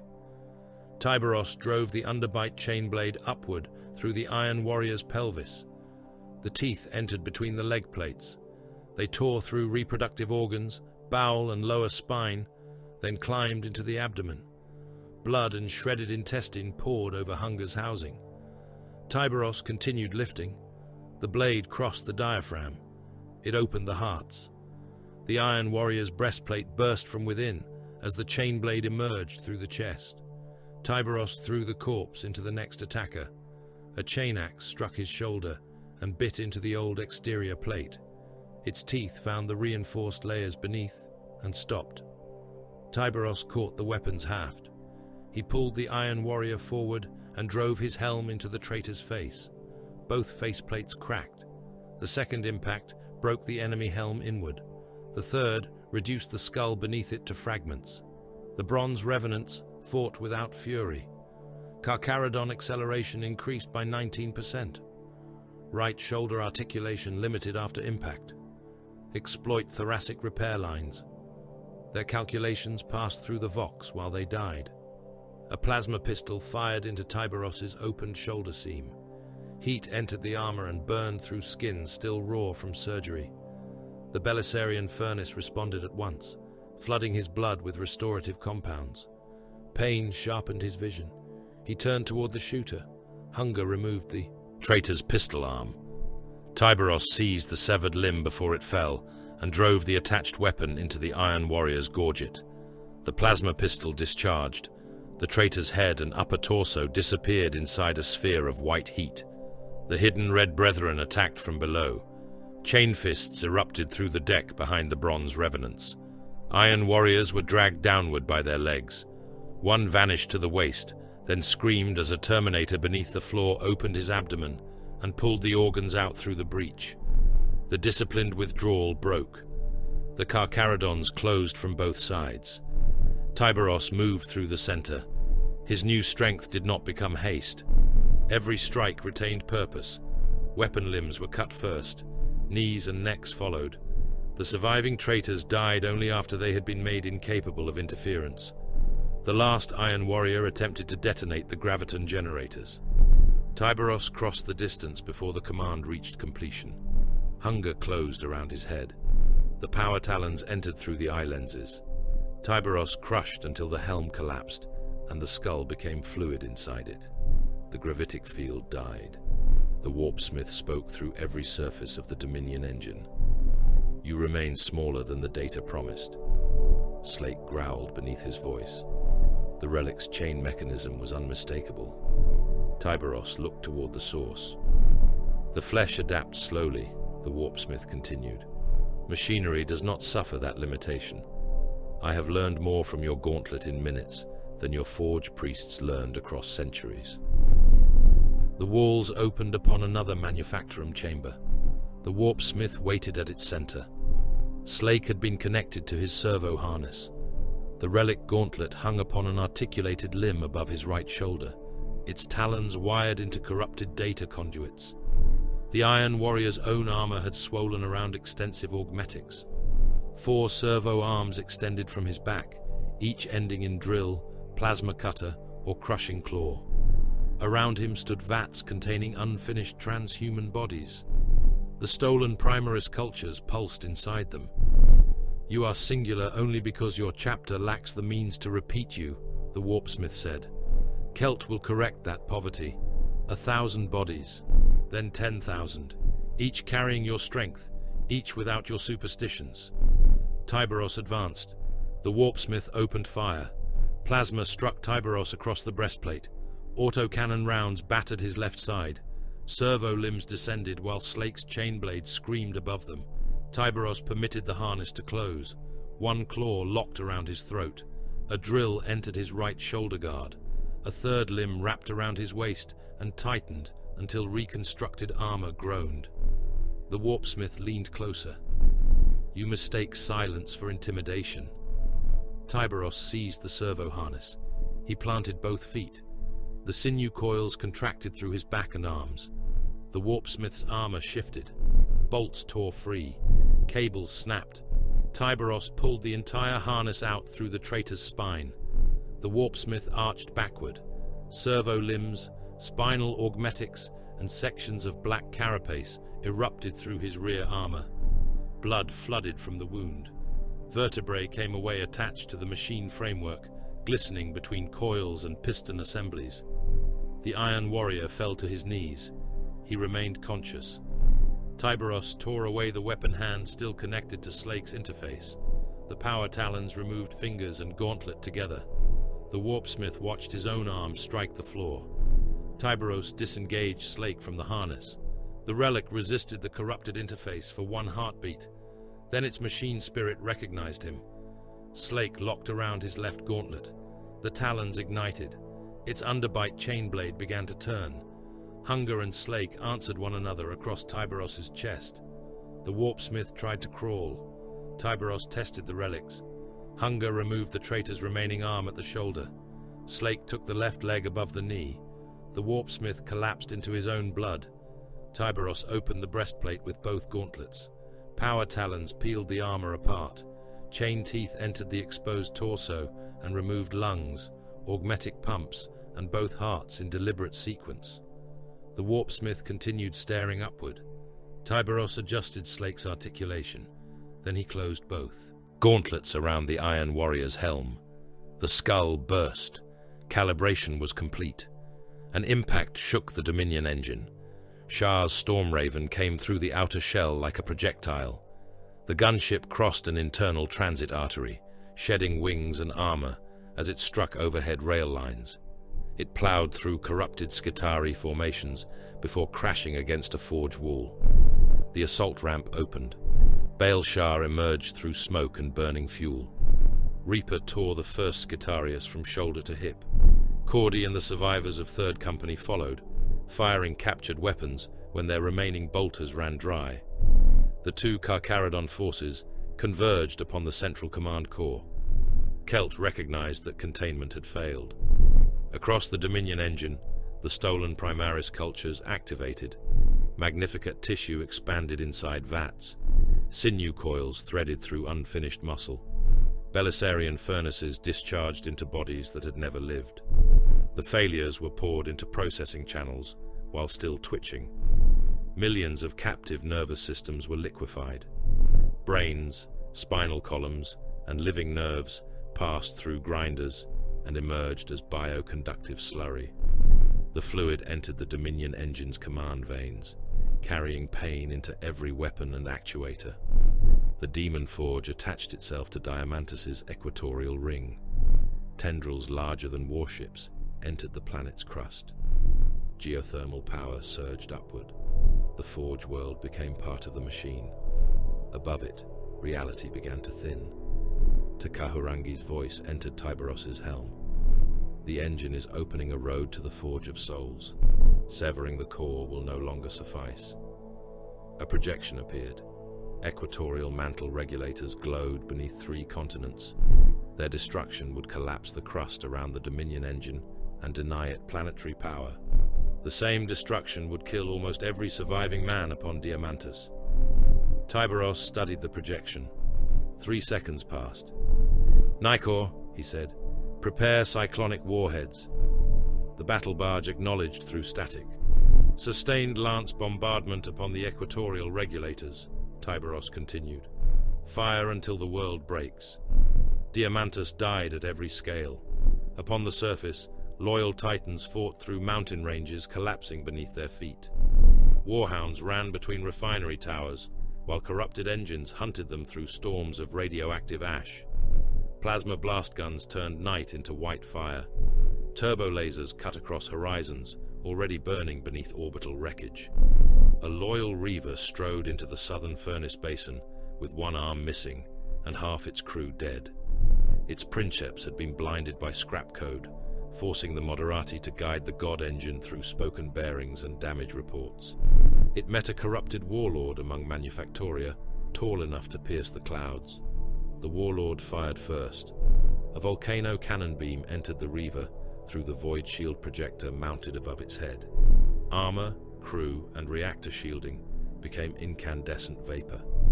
The wounded Titan continued forward for 3 steps, its body carrying the momentum of its death. Then the plasma core breached. Both machines vanished inside a sun. Across refinery continents, Skitarii macroclades destroyed one another beneath skies filled with descending warheads. Loyal Rangers fired from pressure towers, while corrupted Vanguard crossed rivers of burning promethium without breaking formation.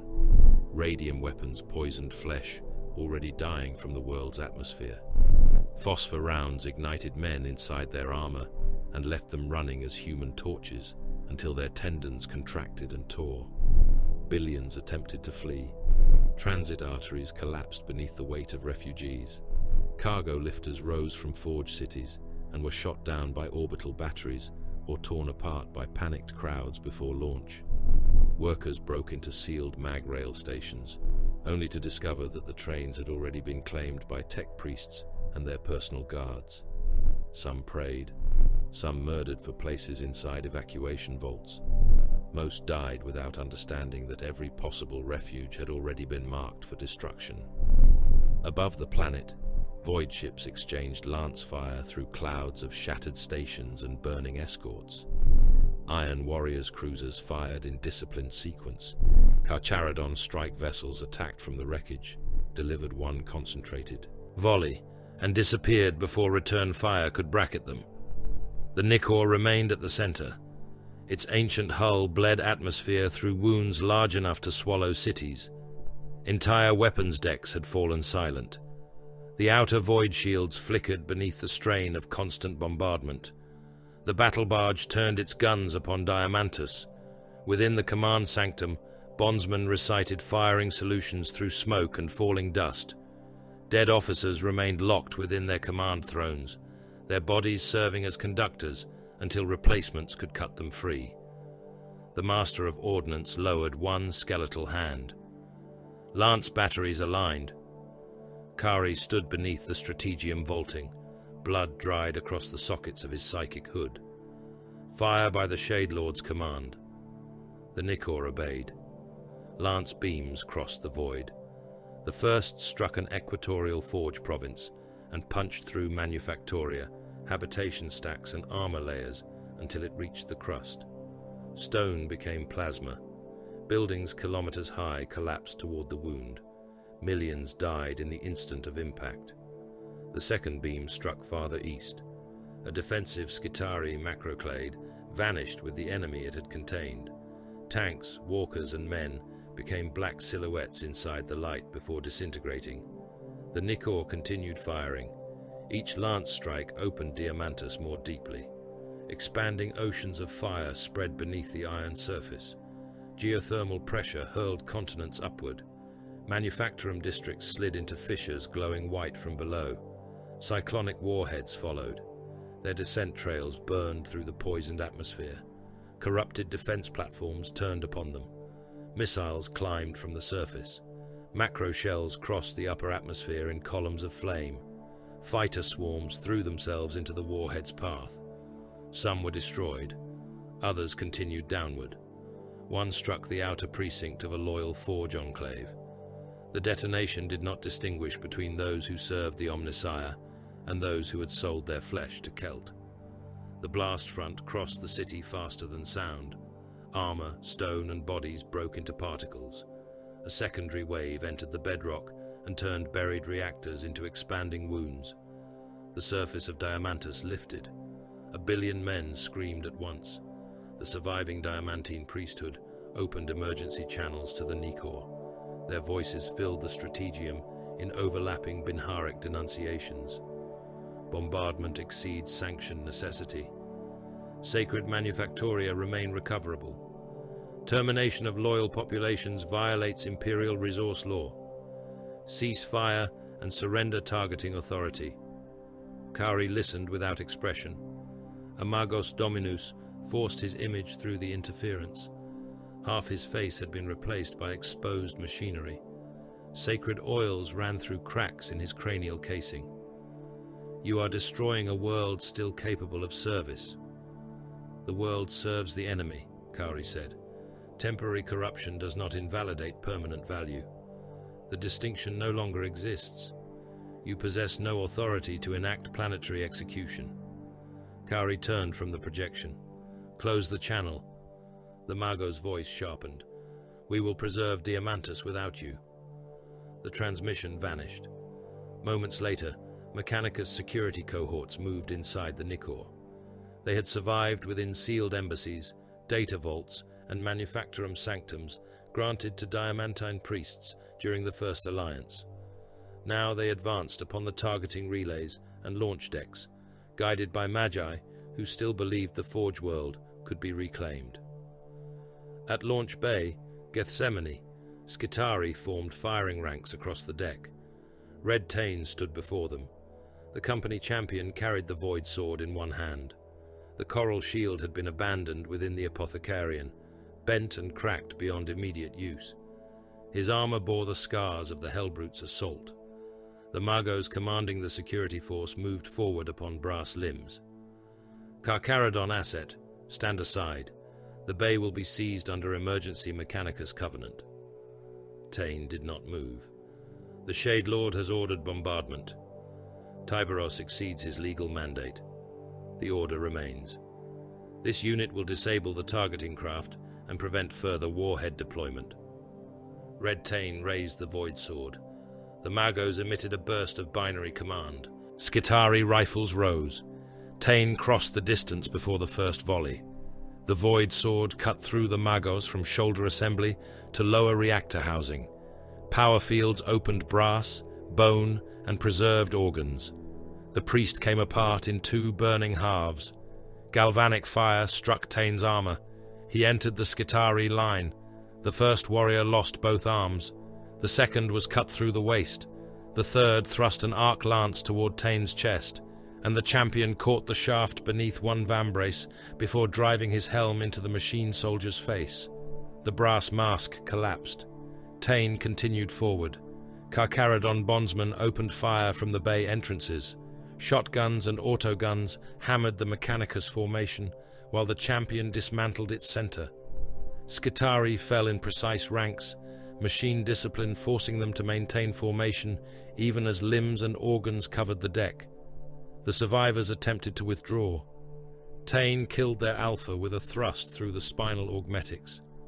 "Clear the bay," he ordered. The bodies were dragged aside. Cyclonic warhead craft continued launching. Within the Dominion engine, Tyberos walked toward the dying world.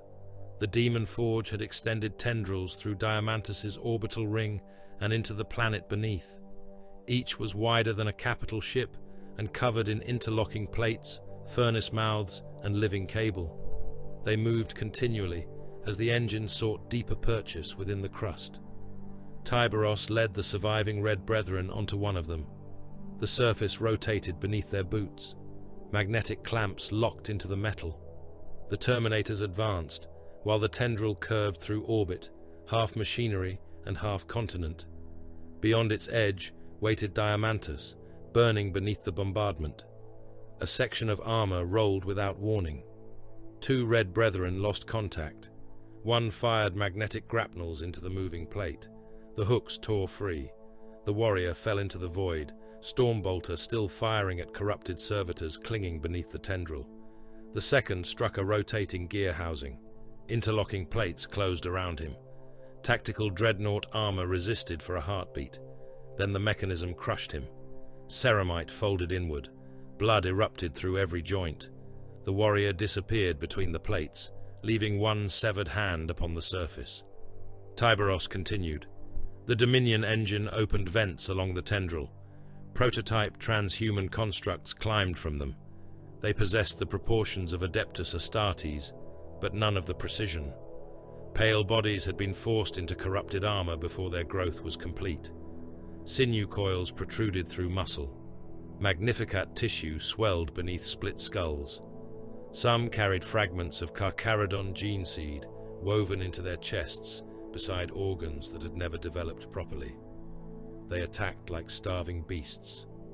The first construct, struck a Red Brethren warrior with enough force to drive him across the tendril. Its fingers entered the Terminator's gorget and pulled until flesh and armor separated. The Carcharodon seized the thing around the waist and crushed its spine with a power fist. More came.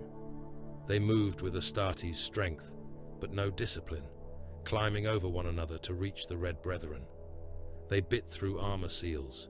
They struck with broken weapons and exposed bone. One drove its own severed forearm through a Terminator's eye lens after losing the hand. Storm bolters fired. The constructs came apart beneath mass-reactive shells. Chests burst. Half-grown organs scattered across the tendril.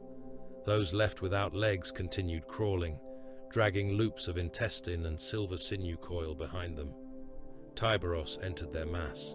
Hunger and Slake worked in sequence. The right gauntlet removed arms and heads. The left opened torsos. A construct lunged toward him with both hands extended.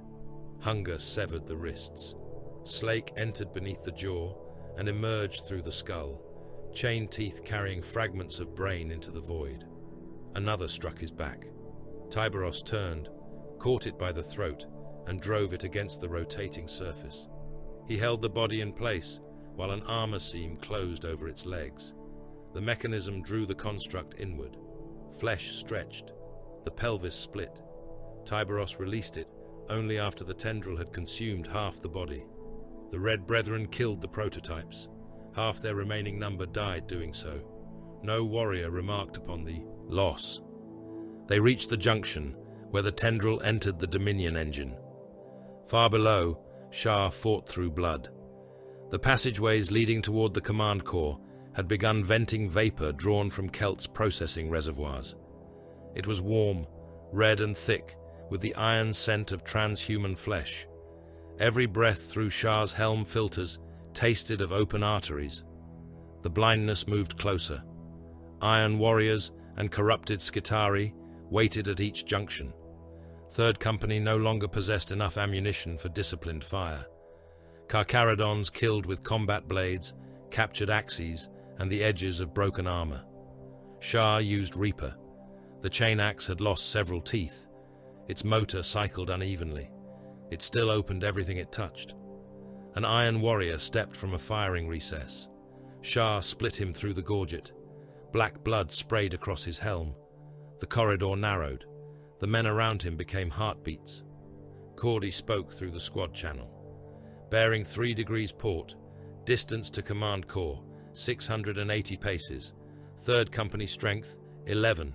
Enemy pressure behind, increasing. Shah struck another traitor. The axe entered a shoulder and continued through the chest. Forward breach width, 2 warriors abreast, Cordy said. Thermal signatures beyond, 37. Structural weakness above junction. The facts entered Shah's mind like blades cutting through fog. Distance, bearing, strength, not prey, not blood, purpose. Collapse the junction, Shah ordered. Cordy placed the final melter charge. The blast buried the pursuing Skitarii beneath tons of machinery. Third Company continued downward. Upon the Nikor, Tekahurangi and Kauri entered the Librarius. Dead astropaths hung from the chamber walls, their mouths sealed by iron threads. The warp breach above Diamantus pulled at them. Their corpses jerked in unison. One opened his eyes. There was no humanity within them. "Little sharks," the dead man said through a voice made from many voices. "The sea is open." Other corpses began speaking. "Enter. Drown. Feed." Demon shapes pressed against the chamber's wards. Claws appeared beneath reality. Horned shadows moved through the walls. The air became thick with the scent of scorched blood. Kauri released his power. The Librarius filled with blue fire. The psychic assault struck the forming breach and spread through the Nikor's systems. Kauri felt the Dominion engine answering through the heartbeat signal. His strength surged toward it, too great and too wild. For one instant, he wanted to burn everything. Ship, world, warp. T struck his staff against the floor. The power changed direction. Instead of entering the breach, Kari's force flowed into the scrap code pathways, linking the engine to Diamantus. Corrupted machine spirits screamed. Guidance matrices ruptured. Demon-bound targeting systems turned upon one another. Kari fell to one knee. Blood poured from his eyes. "Again," Tay said. They struck the network together. Within the Dominion engine, loyal Mechanicus code awakened emergency void shields around the mantle regulators. Pale domes formed over the bombardment targets.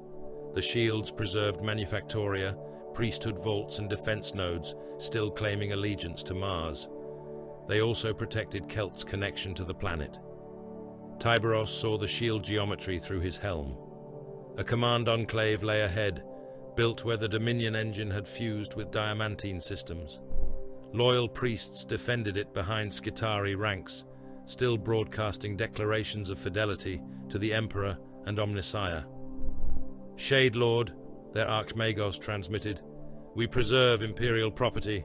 Withdraw your bombardment. The corruption can be contained." Tyberos entered the enclave. Hunger took the first Skitarius through the chest. Slake removed the second warrior's legs. The priests continued professing loyalty as the Red Brethren killed their guards. One Magos raised a seal bearing the Aquila. "We are servants of Terra." Tyberos crushed him against a command altar. Another attempted to disengage the void shields. Too slowly. Slake opened his torso and dragged coils of intestine through the augmetic spine. Tyberos reached the central control throne. The Archmagos remained connected to it, hundreds of cables entering his body.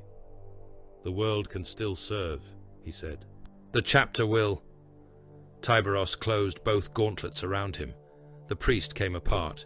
The emergency shields failed. The Nikor's next lance strike entered the exposed regulator. The crust ruptured. A vertical shaft opened through the Dominion engine's biological core. Heat and screaming rose from below. Tyberos looked at the surviving Red Brethren. "Hold!" They formed around the shaft without question. Tyberos stepped over the edge. He descended alone. The walls were flesh. Millions of processed captives had been rendered into living tissue and shaped around the shaft. Faces protruded from every surface. Mouths opened as he passed. Some screamed. Others recited fragments of machine prayer. A few begged him by names they no longer remembered. Tyberos fell through them.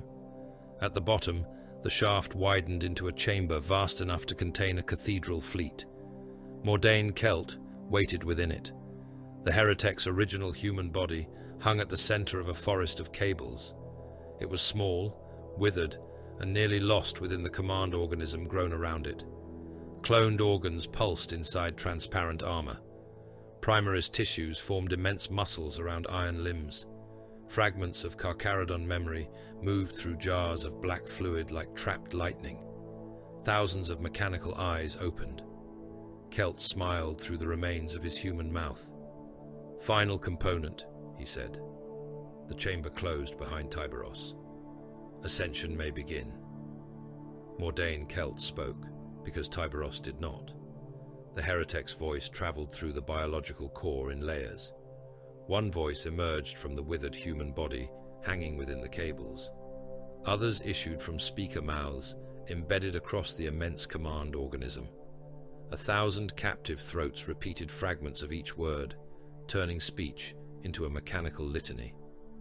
"You are the finest product of a lineage that denies its own name." Tyberos advanced through the chamber. Blood reached the ankles of his reconstructed armor. It had drained from the living walls, from severed nerve conduits, and from the processing sacks ruptured by the bombardment above. The liquid was hot. Pieces of grey tissue drifted across its surface, carried by currents generated through pulsing machine organs beneath the floor. Kelt's countless eyes followed him. "The Imperium cast your kind into the outer dark and called abandonment duty. It stripped away history and called ignorance purity. It gave you chains, prey, and a direction in which to kill." Tyberos said nothing. Hunger and Slake turned slowly at his sides. The relics tasted the air through their machine spirits. Their power talons flexed. Chain teeth ground against fragments of Iron Warrior's plate still lodged inside their housings. The command organism unfolded around Kelt. Armored limbs descended from the cathedral roof. Some ended in drills broad enough to pierce a battle tank. Others carried cleavers, plasma emitters, and clusters of "You are no different from the engines you destroy," Kelt said, only less honest. A demon engine knows it was made to kill. It does not invent nobility around the command. Tyberos crossed the blood without haste. Kelt's human mouth tightened. "You have wondered what father left you nameless." No change entered Tyberos's stride. "You have wondered why your gene seed carries shadows that no archive will illuminate." Still nothing. Kelt continued, because silence demanded that he fill it. "Your chapter fears the answer. The forgotten one. The wandering ancestors. The rites of exile. Words placed over an empty grave." The first siege limb struck. Tyberos moved aside. The hammerhead passed close enough to tear sparks from his shoulder guard and struck the floor. The impact drove a crater through flesh, metal, and bone. Blood erupted in a circular wave. The linked mouths within the walls screamed as the blow crushed hundreds of nerve bundles beneath the chamber. A second limb descended from behind him. Tyberos turned and caught its wrist between Hunger's outer talons. The power field bit into armor but failed to sever it. The limb carried too much mass. It drove him backward through the blood, his boots carving trenches in the organic floor. He released it before it could pin him. A plasma emitter opened above. White fire crossed the chamber. Tyberos accelerated. The rebuilt armor answered too quickly, throwing him beyond the edge of the first blast. He reduced his stride before the second discharge, controlling the Primaris' strength rather than allowing it to control him. The plasma beam burned across his back. Ancient plates blackened. Warning runes filled his helm. The armor's internal fiber bundles contracted around the damage, preventing the rear assembly from opening. Kelt's voice sharpened. "Observe. Even remade, you remain dependent upon machinery you pretend to despise." Tyberos entered the shadow of the command organism. Bladed limbs stabbed downward. He avoided the first. Slake severed the second at the elbow, chain teeth dragging cables and pale muscle through the wound. The limb struck the floor and continued clawing. The third blade entered Tyberos's abdomen. It penetrated beneath the breastplate, crossed newly joined muscle, and lodged between reinforced ribs. The point burst through his back armor in a spray of blood and fractured ceramite. Tyberos stopped. The organism tried to withdraw the weapon. He locked both gauntlets around the embedded limb.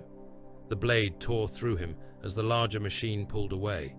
Sinew coils tightened around his spine and shoulders. His reconstructed armor groaned beneath the strain. Tyberos pulled back. Kelt's command body moved. One vast section came down from the ceiling, dragged within reach by its own trapped limb. Hunger struck first. Its talons cut through a sensory cluster formed from hundreds of human eyes. The organ ruptured. Vitreous fluid and blood poured across Tyberos's helm, while every captive sharing the cluster's sight went blind. Slake entered an armored joint. The underbite chain blade screamed through metal, bone, and vat-grown tendon. The limb came away. Kelt recoiled. The blade remained buried through Tyberos's abdomen. He broke it at the joint and left the severed length inside himself. The embedded metal slowed the bleeding. "You damage the vessel in which you stand," Kelt said. "Every connection you sever kills thousands whose minds remain useful."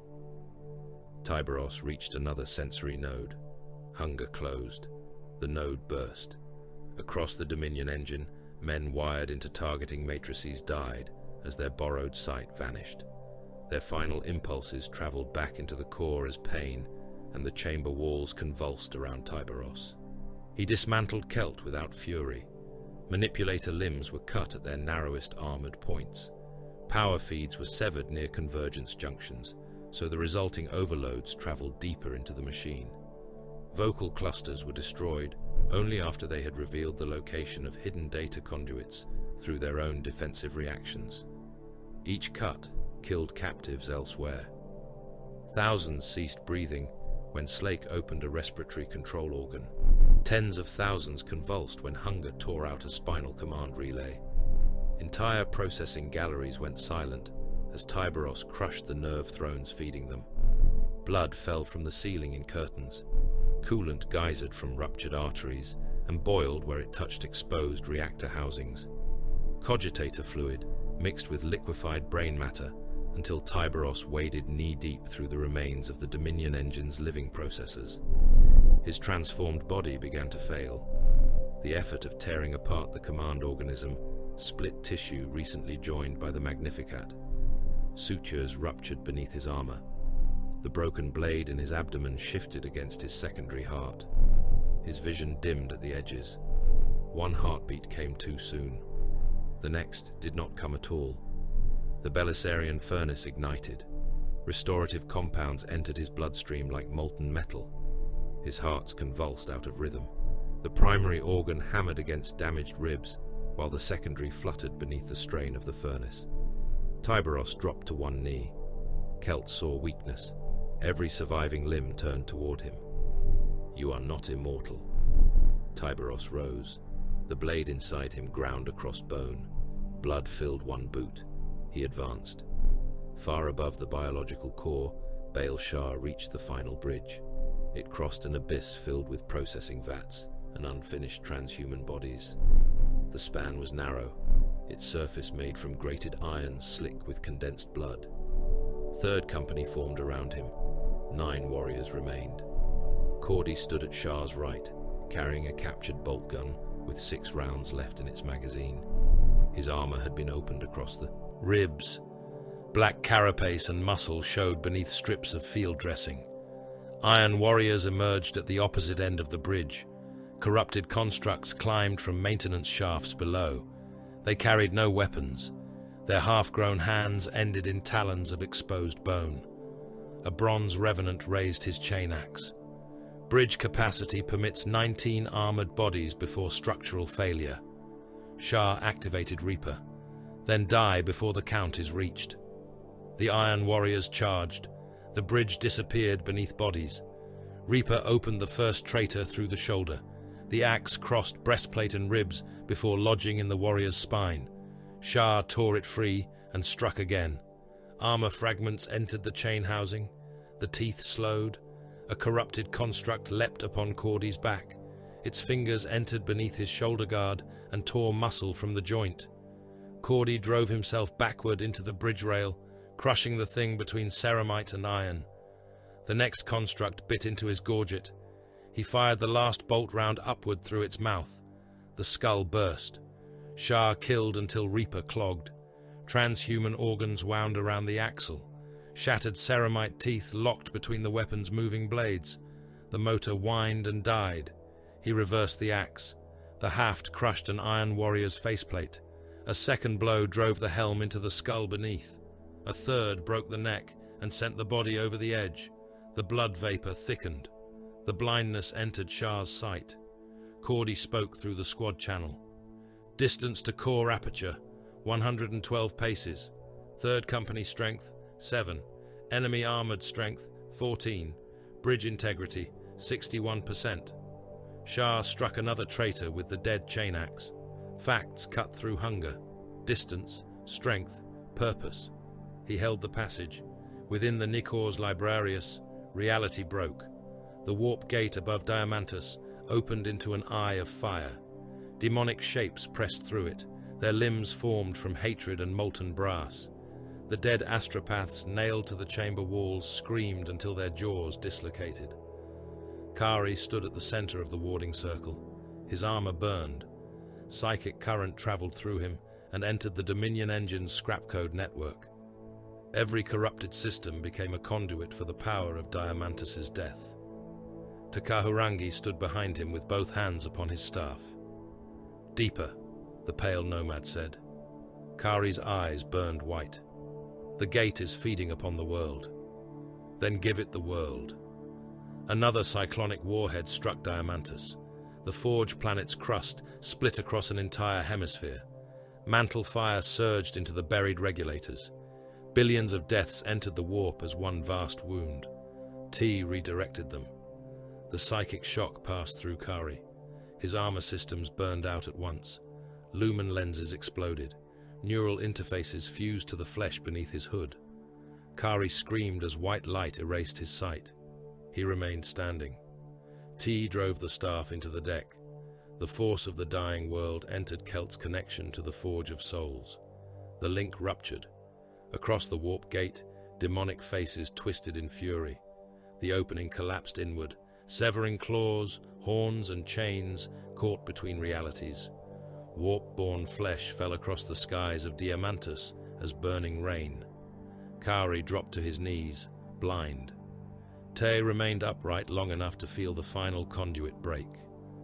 "Kelt is contained," he whispered. Then the pale nomad fell. Inside the core, the Heretek understood. His innumerable voices became one.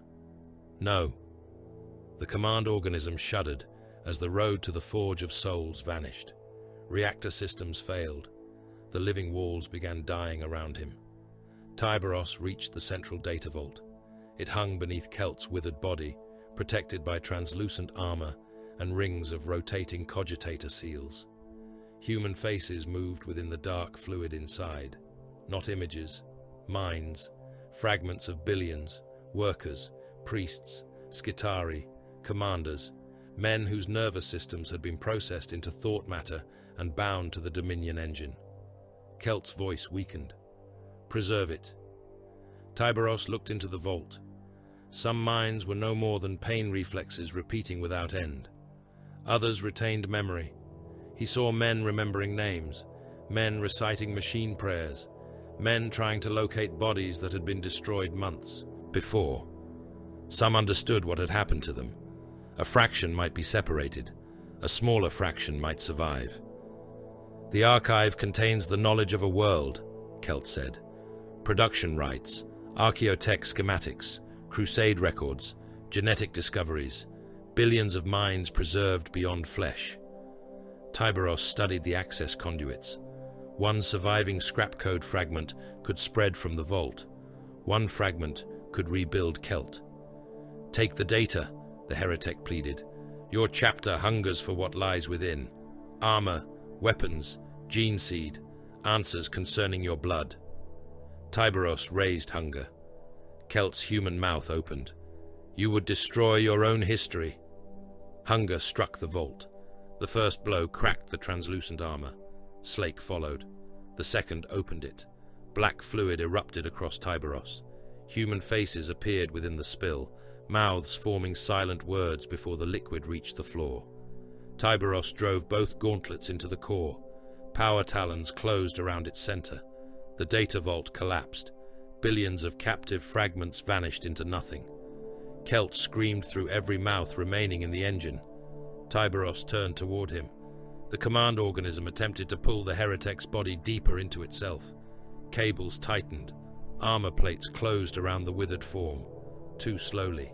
Tyberos seized the surrounding machinery with hunger and slake. He tore the armor open. Kelt's human body hung before him. Ribcage spread around implanted engines. His spine extended into a column of data couplings.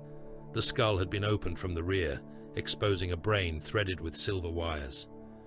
"You are an unfinished weapon," Kelt said. Tyberos closed hunger around the left side of his body. Slake took the right. The Heretek tried to speak again. Tyberos pulled. Machinery split first. The spine stretched between the gauntlets. Vertebrae separated. The pelvis opened. Ribs burst from the chest. Kelt's skull tore along the line where flesh met augmetic housing.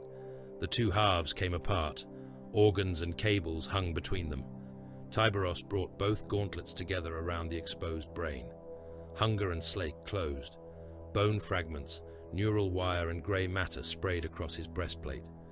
Kelt ended. Tyberos opened the armor panel above his reactor feed. He tore the safety seals away. Power surged from the reconstructed plate into the Dominion engine's command core. Warning runes filled his helm. Heat climbed through the armor. He locked the feed open. The core began to overload. Tyberos turned toward the extraction route. Above him, Shah saw the red warning sigil appear. "Core breach," Cordy said. The surviving Carcharodons withdrew. They did not carry their dead. They took gene seed where seconds permitted and abandoned everything else to the dying engine. Teleport beacons activated across the Dominion engine as the Nikor forced unstable locks through the interference. Tyberos emerged last. The command core detonated. The Dominion engine tore free from Diamantis' orbital ring. One continent-sized tendril snapped. Another dragged half the ring down with it. The Demon Forge fell toward the planet, its furnaces rupturing, its living decks burning from within. It struck Diamantis upon the equator. The impact completed the world's execution. The crust folded inward. Magma oceans consumed Forge provinces. Mountain ranges sank into the mantle. The atmosphere filled with ash, dense enough to hide the sun. Fewer than 1 billion remained alive. The Carcharodons descended among the ruins after the fires weakened. They took the strongest male survivors. Workers capable of labor entered the chapter's holds in chains. Boys within acceptable age, health and mutation limits were marked for aspirant trials. Skilled artificers, armorers and reactor attendants were assigned as industrial slaves. The transports filled. Millions remained behind. They watched the Carcharodon vessels rise through the poisoned sky without them. No sufficient fleet existed to carry the survivors. No supplies remained to preserve them. Diamantis continued dying after the hunters departed. The Nikor's strategium was rebuilt around its wounds. Exposed beams crossed the vaulted ceiling. Smoke marks covered the command shrine. Bondsmen worked around gaps in the deck where officers and machinery had been lost to enemy fire. Tyberos stood before the forward armor glass.